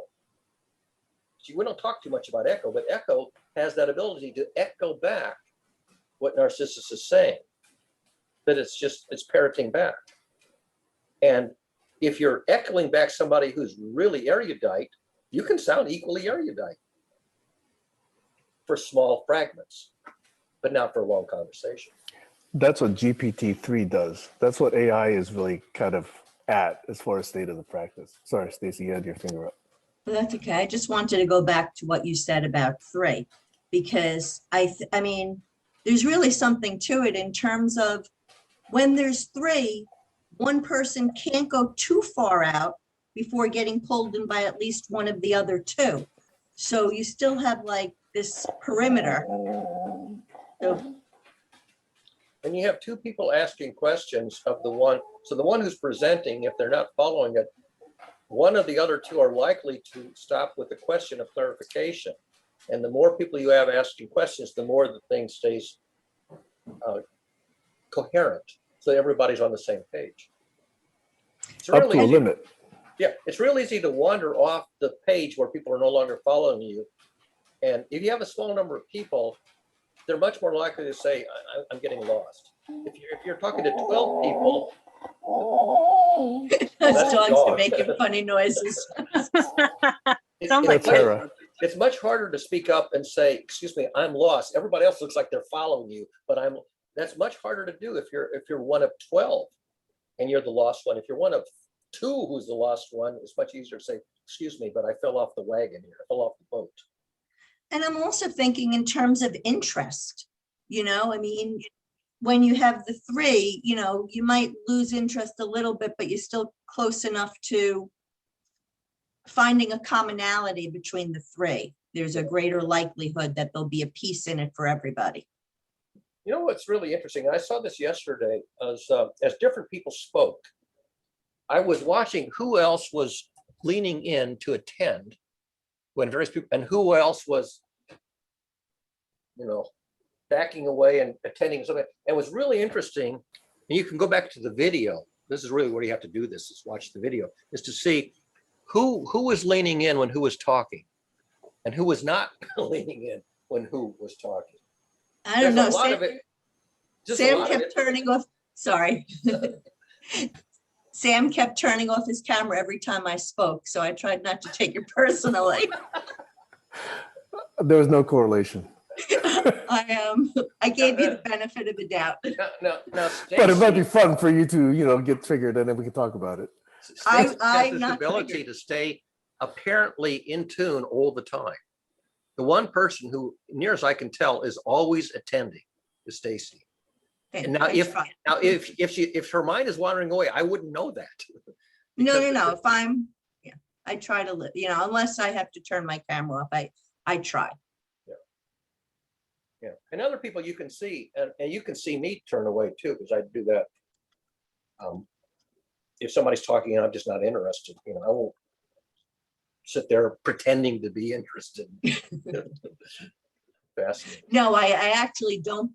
I think you can tell when I'm not interested, because I really don't want to hide it, because I know, like, for me, that's a very hurtful thing to me, for somebody to be pretending to be interested when they're not, because they're giving me data that I'm using that informs my behavior. That's the And point. that's upsetting to me. So It's an enormous amount of data in that nonverbal feedback. Exactly. Are they looking at you? Are they attending? Are they nodding in sync with what you're saying? Or Right. is it just some, robot that's just pretending to be in attendance and isn't? So, you talked about yesterday about going back and reviewing the transcript of your one-on-ones, to go back and look at this other thing, who's attending whom at different passages and when different topics. That would be something worth, I think, at least a little bit of study of. That's a core practice of collaborology. Core practice. Yeah. See, And- I'm sorry. Oh, and the other thing that Dov said, and also my friend Rob Kanzer said independently, but the same story. He said, if you can't follow the content that is the transcript would be too hard to follow, listen for the emotions, listen for the needs, and listen for the requests. Heiner said, listen for the energy. But so if the transcript is beyond your interest or attention, listen for emotions, listen for needs, listen for requests. And I never really thought about that until Dov first said it, and Heiner said it, and my friend Rob Kanzer said it. And I thought, okay, that makes some sense.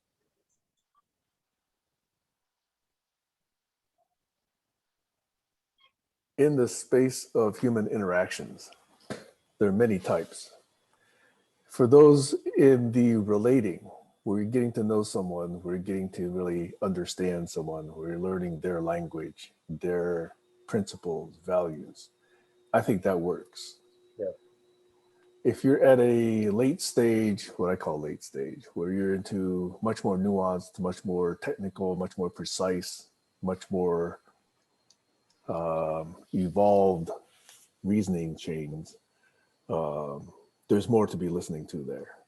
But those are good 3 to first use in this relating style of communications, in my opinion. And I will be the first to admit that listening for emotions, needs, and requests, that has never been anything that I really was focused on. I was focused on trying to get the semantic content. Is there a sentence that I can parse and get a subject and predicate? So Barry, I'm not going to try with Stacy, but I'm going to try with you as an experiment, Barry. Okay. What has been my emotions this session? What are my needs? What are my requests in this 99 minutes or so? Well, I mean, the easiest one to say is that you've demonstrated interest. That is, the content has elicited an emotional state of being interested. Is that an emotion? It is to me. It's the opposite of boredom. Just definitely an emotion. What's the other word? So more than interested, but intrigued, fascinated, and not bored. I mean, just engaged. Needs, I think, is to have sessions like this be of value to everybody as balanced as possible, so that everybody is getting something constructive out of it, learning and getting something constructive out of it, and not wasting the time where nothing constructive is happening. So that would be the need. And that's not just in this session, that's sort of, I'm getting that over a long period. And requests, well, I mean, I keep hearing you say, can we stay on a topic, focused on a topic where we're all on the same page? And it's what we agreed to talk about up front, or understood we were going to talk about up front, not drifting off into some sidebar that's, a diversion. So that's not necessarily in this session, but that's sort of the general thing.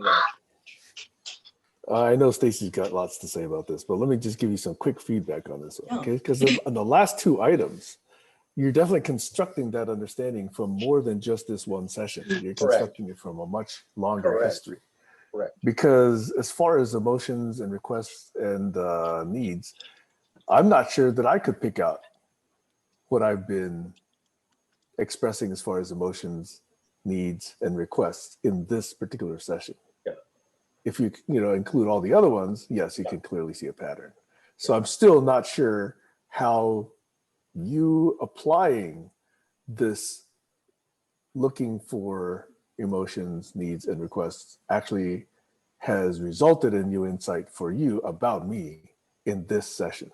I don't know that I've gained any further detail. I've only gained confirmation of what I already understood from previous sessions. If you were to do something that was unexpected by me, unforeseen by me, then I say, oh, there's something new here that I never saw or attended to before. But there really wasn't anything novel in your demeanor today compared to what I'm familiar with yesterday. Right. And if I do something novel, like, flip you off, would that actually add to the conversation? I would be shocked, and I would go, what the hell was that about? And then I would go into my perplexed and puzzled state. Like, there was something that didn't fit the model. There was an anomaly. And when there's an anomaly, then I will go into my, what the hell? Right. Should I and make then that? What if I said, let me do this? Because the younger generations, when they take selfies now, they often do this. I don't even get that, but that happens a lot. By the way, there's a funny video clip of Mr. Rogers doing that, but you have to listen to the video. You have to listen to the audio to figure out that he's not really doing that. He does that gesture kind of naively, without the meaning that you would interpret just if you saw the picture. So he could be counting 1, 2, 3, 4. Yeah, I think he was doing some kind of accounting on this. I don't forget exactly the context, and the context is perfectly fine. But if you only see the shot, the still shot, it's shocking. So context can really change the meaning. Am I being sarcastic? Am I telling a joke? You know, am I being serious? Am I really upset? Am I putting on an act? You know.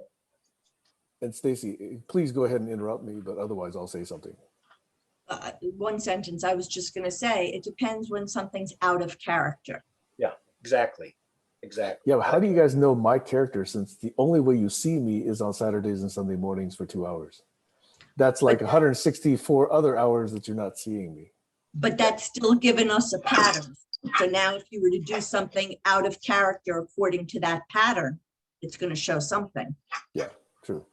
I'm not just disagreeing. I'm just trying to be pokey a little bit.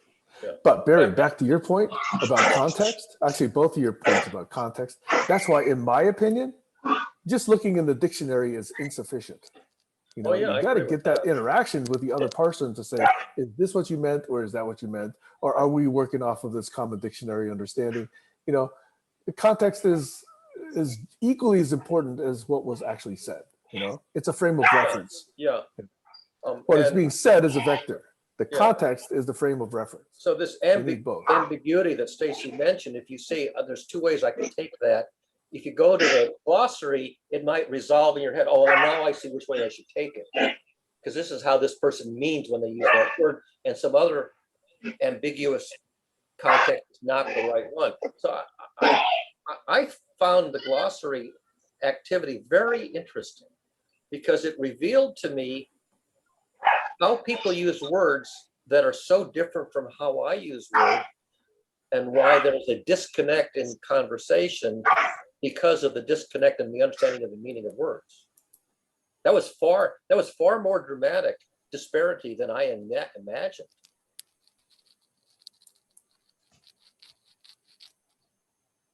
Yeah.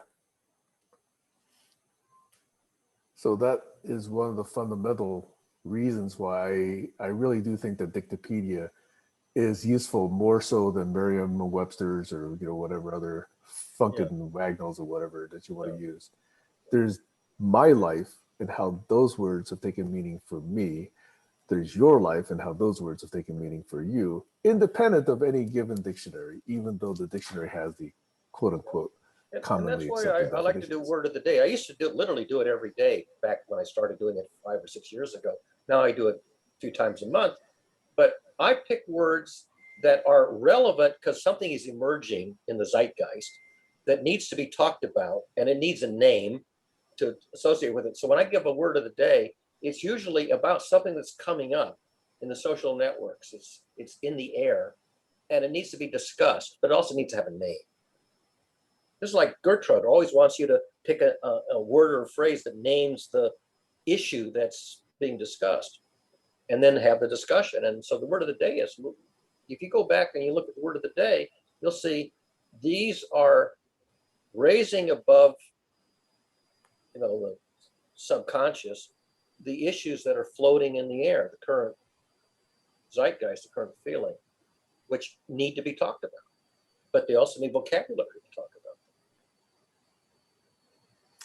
I've been in conversation groups where part of the check-in is a word that's on your mind that you like to toss into the center of the ring. I often have one in the ready, written up in my notes, where I have the link to particular Zoom session. Underneath it, I'll have, this is what's happening now, and this is how I feel, and this is what I want to. I oftentimes do that in advance so that I can leave it at the damn door, Barry. Leave it in the what? Leave it at the door. Leave it at the door. Yeah, I can't do that in advance because every time I do that in advance and then I show up, it's changed. It's not the same as it was. Yeah, my wavelength is a little longer. Some people oscillate very quickly. I tend to oscillate pretty slowly, but that's partly because I'm 76. What were you going to say, Sam? Actually, I do as Barry does. I have some prepared notes / topics / perspectives, but then, as the session goes in, I modify it, edit it, disregard it, push it to the next week, et cetera, et cetera. So it's a dynamic thing, but I don't like to come completely empty. Otherwise people think, well, geez, you're not prepared. Although there have been times I've used none of it and it's still gone fine. What astonishes me, Sam, is when you bring up off the top of your head a fresh idea that you're just articulating for the first time, and I go, wow, he is where I was 5-10 years ago when I was bringing up this issue, mulling it over, and then writing down my final thoughts. And I go, Sam is in the same path that I'm in, except that Sam's, I don't know, what are you, in your 50s, Sam? So you're older, 40s? Older. 60s. So you're what, 20, 15 or some years younger than me. You're about where I was when I was about your age. Starting to think about these issues and starting to put my thoughts on paper and get them coherent and complete sentences and topic paragraph and concluding paragraph. And it's fascinating to watch you go through that same passage afresh where I was 15 years ago on a lot of the same topics. It's fascinating to watch you watch me.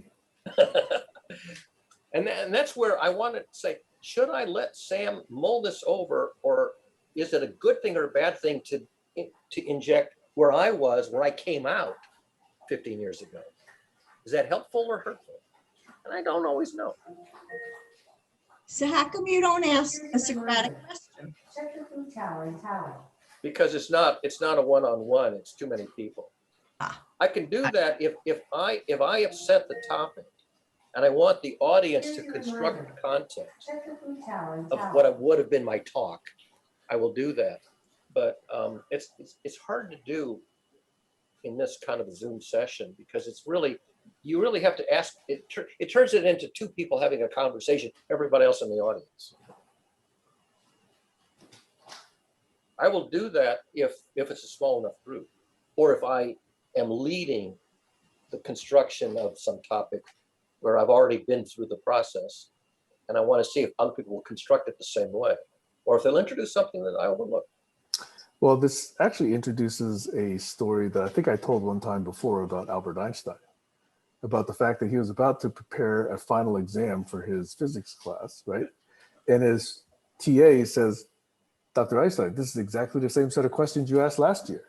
And Einstein says, yeah, but the answers are different. Right, yeah, I ran across that also, either from you or from somebody else. But I mentioned it a few weeks ago here. okay, yeah. So that's- it's interesting that you would think that the path is the same. The topics come up. The path may be different, but what's interesting is where they are similar and where they differ. Those are two. So where they're the same, it's confirmation that I was thinking through it clearly, because you're a good thinker and you think it through, get the same answer. That's confirmation that I haven't made a mistake. On the other hand, if you introduce something I hadn't thought of, I go, did I miss something? Is Sam veering off, or did I omit something? And then I got to figure out whether what Sam is bringing up is a new point that I overlooked. Or am I finding that this is an appropriate time to bring in an idea from someplace else? Right. Where before it had not been as timely. Yeah. Or bring in an anecdote which reinforces it, that presents it in an anecdotal version as opposed to a theoretical presentation. Right. So my question to you is, can you see that happening with Stacy? Can you see that happening with Colin? Can you see that happening with Kayla? Can you see that happening with Alex? Can you see that happening with Heiner? Can you see that happening with any of the other people who are on these GCC conversations? With some people, much more than others. I have a spectrum of, I can follow somebody and stay in tune with them very well. Heiner's, I can stay in tune with pretty well. There are other people who aren't here today who I just cannot follow at all. I just, if somebody said, can you paraphrase what so-and-so just said? I say, no. I heard a lot of words and I don't really know what the predicate was. And other people, I can paraphrase it in my own words and they will say, yeah, you've got the same idea, slightly different words, but yeah, we're on the same page. Some people are easy to read and some people are hard to read. Some people disclose and some people don't disclose. So if somebody doesn't disclose, I'm at a loss. I can't read people's minds. I mean, some psychologists can sort of read between the lines. I suck at that. If somebody is not disclosing, I'm not going to, anything that I guess is going to be so far off the mark, it's ludicrous. which is also why I don't want people guessing what's in my head if I haven't expressed it already. Because I find people who try to do theories of mind of me are so far off the mark. It's not just ludicrous, it's damn annoying. Can I put in a complementary idea to that? Sure. Somewhere, it's around 3%. Okay, some people cite that the verbal message itself, the words that are issuing from my mouth, okay, that enter your ears, is about 3% of interpersonal communication, right? The other 97% is body language, all these other things that you get, you know, posture, etc. Right. For different numbers. Yeah. Speed, dynamics, volume, inflection, all these sort of things, right?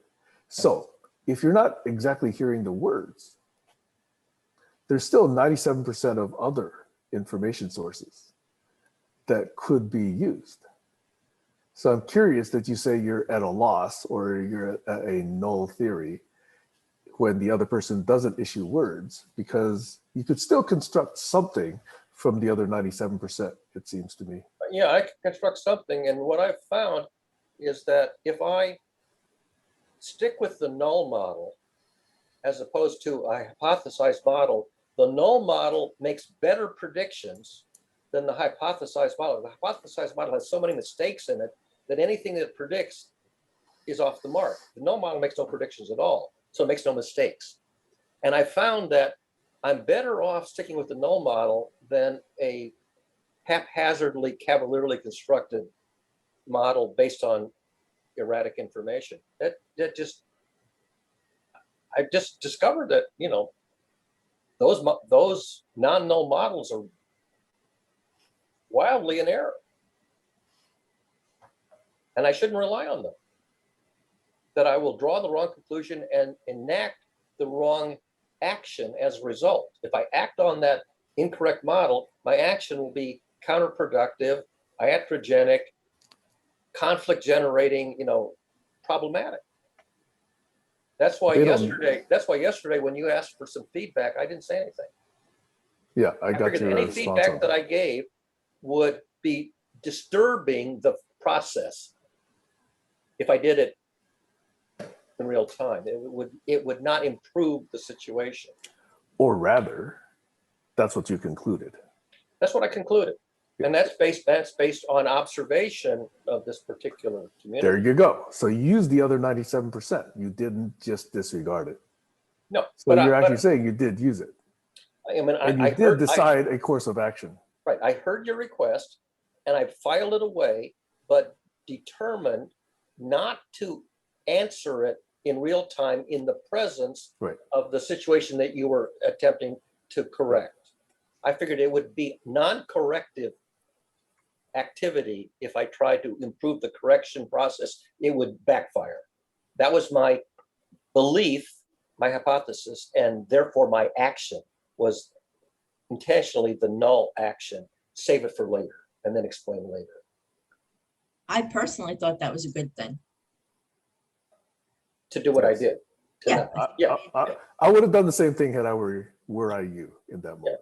I mean, I just had too much evidence that I was going to get pushback. I was going to generate defensiveness and pushback. You had used the word defensive, and I said, and I go, okay, Sam is recognizing that the level of defensiveness is escalating, and the pushback is persistent. So anything I say is probably going to have the same effect. I'm nowhere near as good as you are at what you were trying to do. So if I tried to do what you're doing, I would do it more poorly than you did it and have a worse outcome in the same unfavorable direction. That's my thinking. But since this is a show, it would have been more entertaining. It would have been more entertaining, but it would have, at the end of the day, would people have said, "Oh, I really got a lot out of this. Was a great session. Got a lot out of it today." By the way, I'm triggered by that. I don't think of these as shows. I don't either. Being particularly facetious. When somebody says this is a show or a game, we use the word game and the word show in the same sense, not necessarily game show, but game and show. I say that is not my idea of a collegial and congenial conversation. That's my idea of an entertaining contest. You tune into a game show on television, it's a big genre, and you got contestants who are competing against each other. And some people find that entertaining, but that is not a collegial and congenial conversation, which is why I would want to come to one of these sessions. Yep. To learn and to help other people learn, not just to put on an entertaining contest and see who won. I mean, it's not my cup of tea. Yeah. Similarly, I get triggered by games and gamification. Yeah, I mean, I understand that there are, you know, people at home who love watching games. When I was younger, I used to watch a lot of the game shows. The game shows I really liked were like Quiz Bowl, where they were actual academic questions asked of college students. Okay, those were, you know, but it wasn't that it was that once I was going to win, is that you were going to learn a lot of good stuff because the content was good stuff, learnable stuff, not just, you know, can you guess the title of this movie from half of the letters of the alphabet? Like, okay, some people are very familiar with popular culture and they recognize the names of performers and songs and actors and books. Okay, that's okay. You want to have that game? All right, you know. Right. I'm not Well, going to watch that. No, but the good part of that is for other people, it does stimulate their competition, you know, it stimulates their curiosity. It stimulates something within them in a harmless way. But just for clarification, when I use the word game, I'm not speaking so much in terms of manipulation. I'm speaking in the Mary Poppins way. In every job that must be done, there is an element of fun. You Yeah. find the fun and snap, the job's a game. Yeah.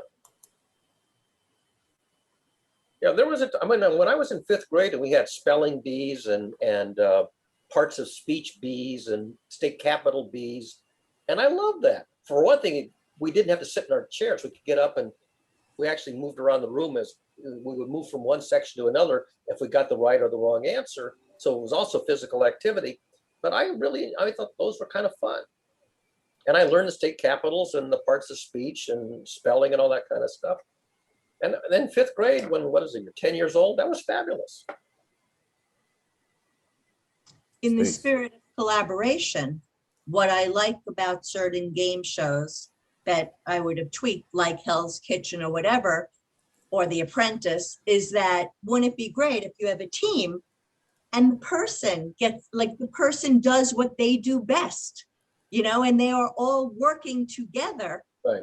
but doing what they do best. Yeah, yeah. You know, that to me, that's the goal. Yeah, I love a workshop where you have a given objective in the workshop and you're all contributing ideas and know-how. I remember one where out of paper and cardboard, we were going to build a bridge. And the idea was to build either the strongest or the longest bridge you could out of paper materials. And I said, let's build the Brooklyn Bridge. Because it has an architecture which lends itself to this activity, because you got string and paper, and so you have a tower and the strings, you know, hold up the. And we built the Brooklyn Bridge, and there were 4 teams. I think our team had the best bridge. And then at the end of the day, I took it home, and I gave it to the kids. I said, "Here, we built the Brooklyn Bridge for you guys. Here it is." And the kids could have this paper Brooklyn Bridge that we built, and it didn't fall down. The other ones, you know, were kind of messes because they didn't have the engineering insight to know how to use these materials to make a bridge that was, you know, going to hold up. But it was fun. I mean, everybody got excited about it. Built a Brooklyn Bridge. If I could just add, when I was a 4th grade teacher and we used to have to do plays, I would rewrite the script of, you know, one year we did Willy Wonka and the Chocolate Factory. One year we did Maurice Sendak compilation. But what I would do is I would look at my students and I would see who they are and I would write their personalities into the script. Right. So that, Yeah. you know, and I got a lot of recognition because it's hard to get 4th graders to do an entertaining play. Right. Exactly. Plays were good. So making Maurice it fun. Sendak.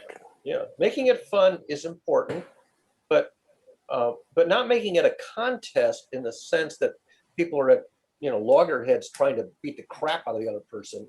That kind of defeats the the fun part of it, because then you're going to have a loser.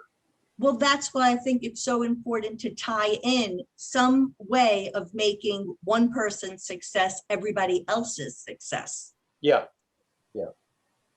So everybody wins. You look puzzled, Sam. You look very puzzled by that. Yeah, it brings to me this idea of participation trophies, which I think is so politically correct these days. You showed up. You lost, but you showed up. Yeah. Well, I mean, yeah. But do you think I know your that, point. I like your point. Okay. I'm not disagreeing with your point.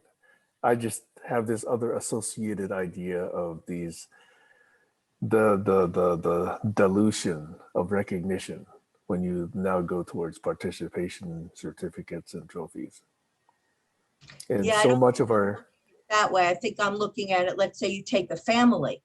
Every family member is important to the family. Yeah, the breadwinner, the person bringing home the money is critical at some point, but are they, you know, it has to do with values. And I think this whole, even the question of the participation trophy, I think that's really tied into an old paradigm that maybe we want to look at getting rid of.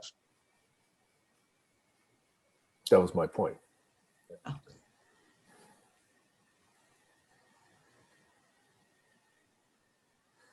What concerns me is that I see a lot, you know, there are a lot of people who see that point as well.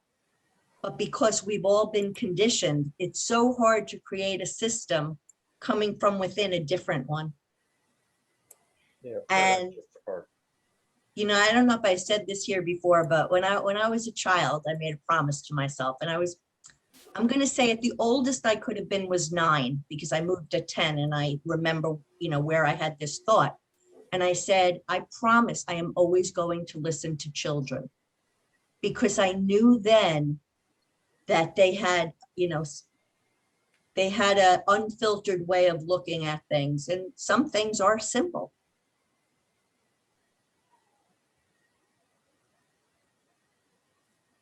Yeah, I like that.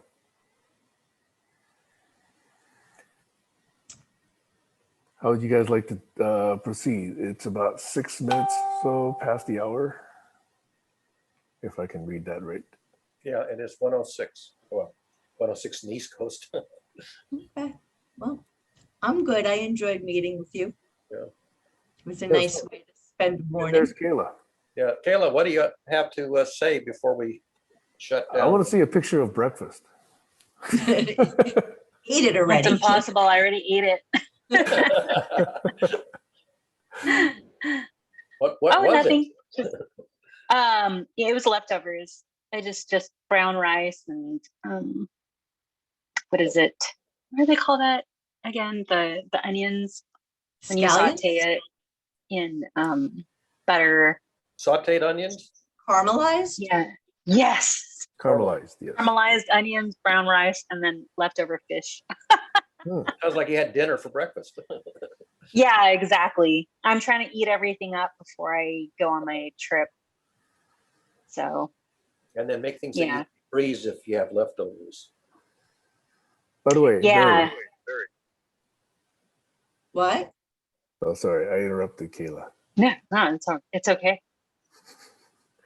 This notion that you eat different things at different meals is a cultural phenomenon. Yep.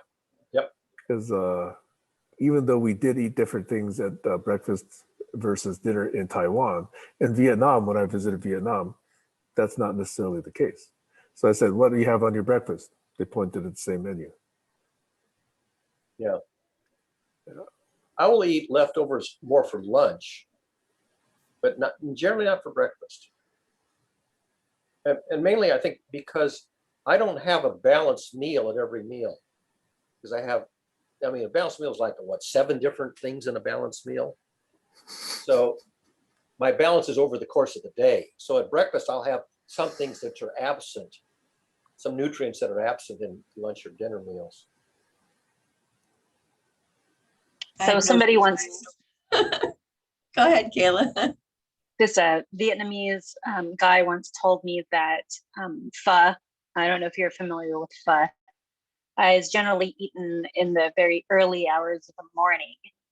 because back in the day they used to make the pho overnight, and in the morning before they went out into the rice fields or wherever they were cultivating, it would sustain them the entire day to have the protein and the rice noodles. So I eat soup in the morning.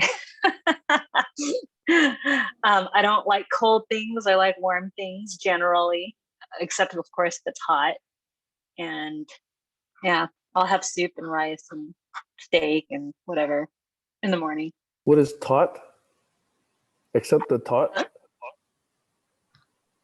What did you say? You said you not like cold things Hot. except for tot? No. Yeah. What is tot? Except if it's hot. Oh, If It was not the except temperature hot, is except hot. if it's I couldn't parse that properly. Yeah, that's my problem too.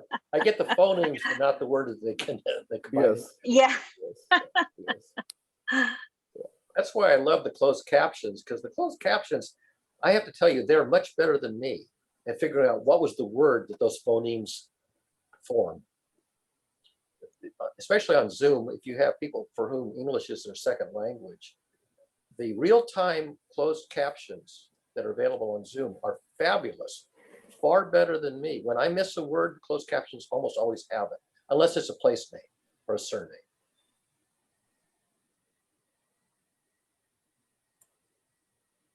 Which is kind of ironic, because I joined the local Toastmasters club not to become a better speaker, but to practice listening.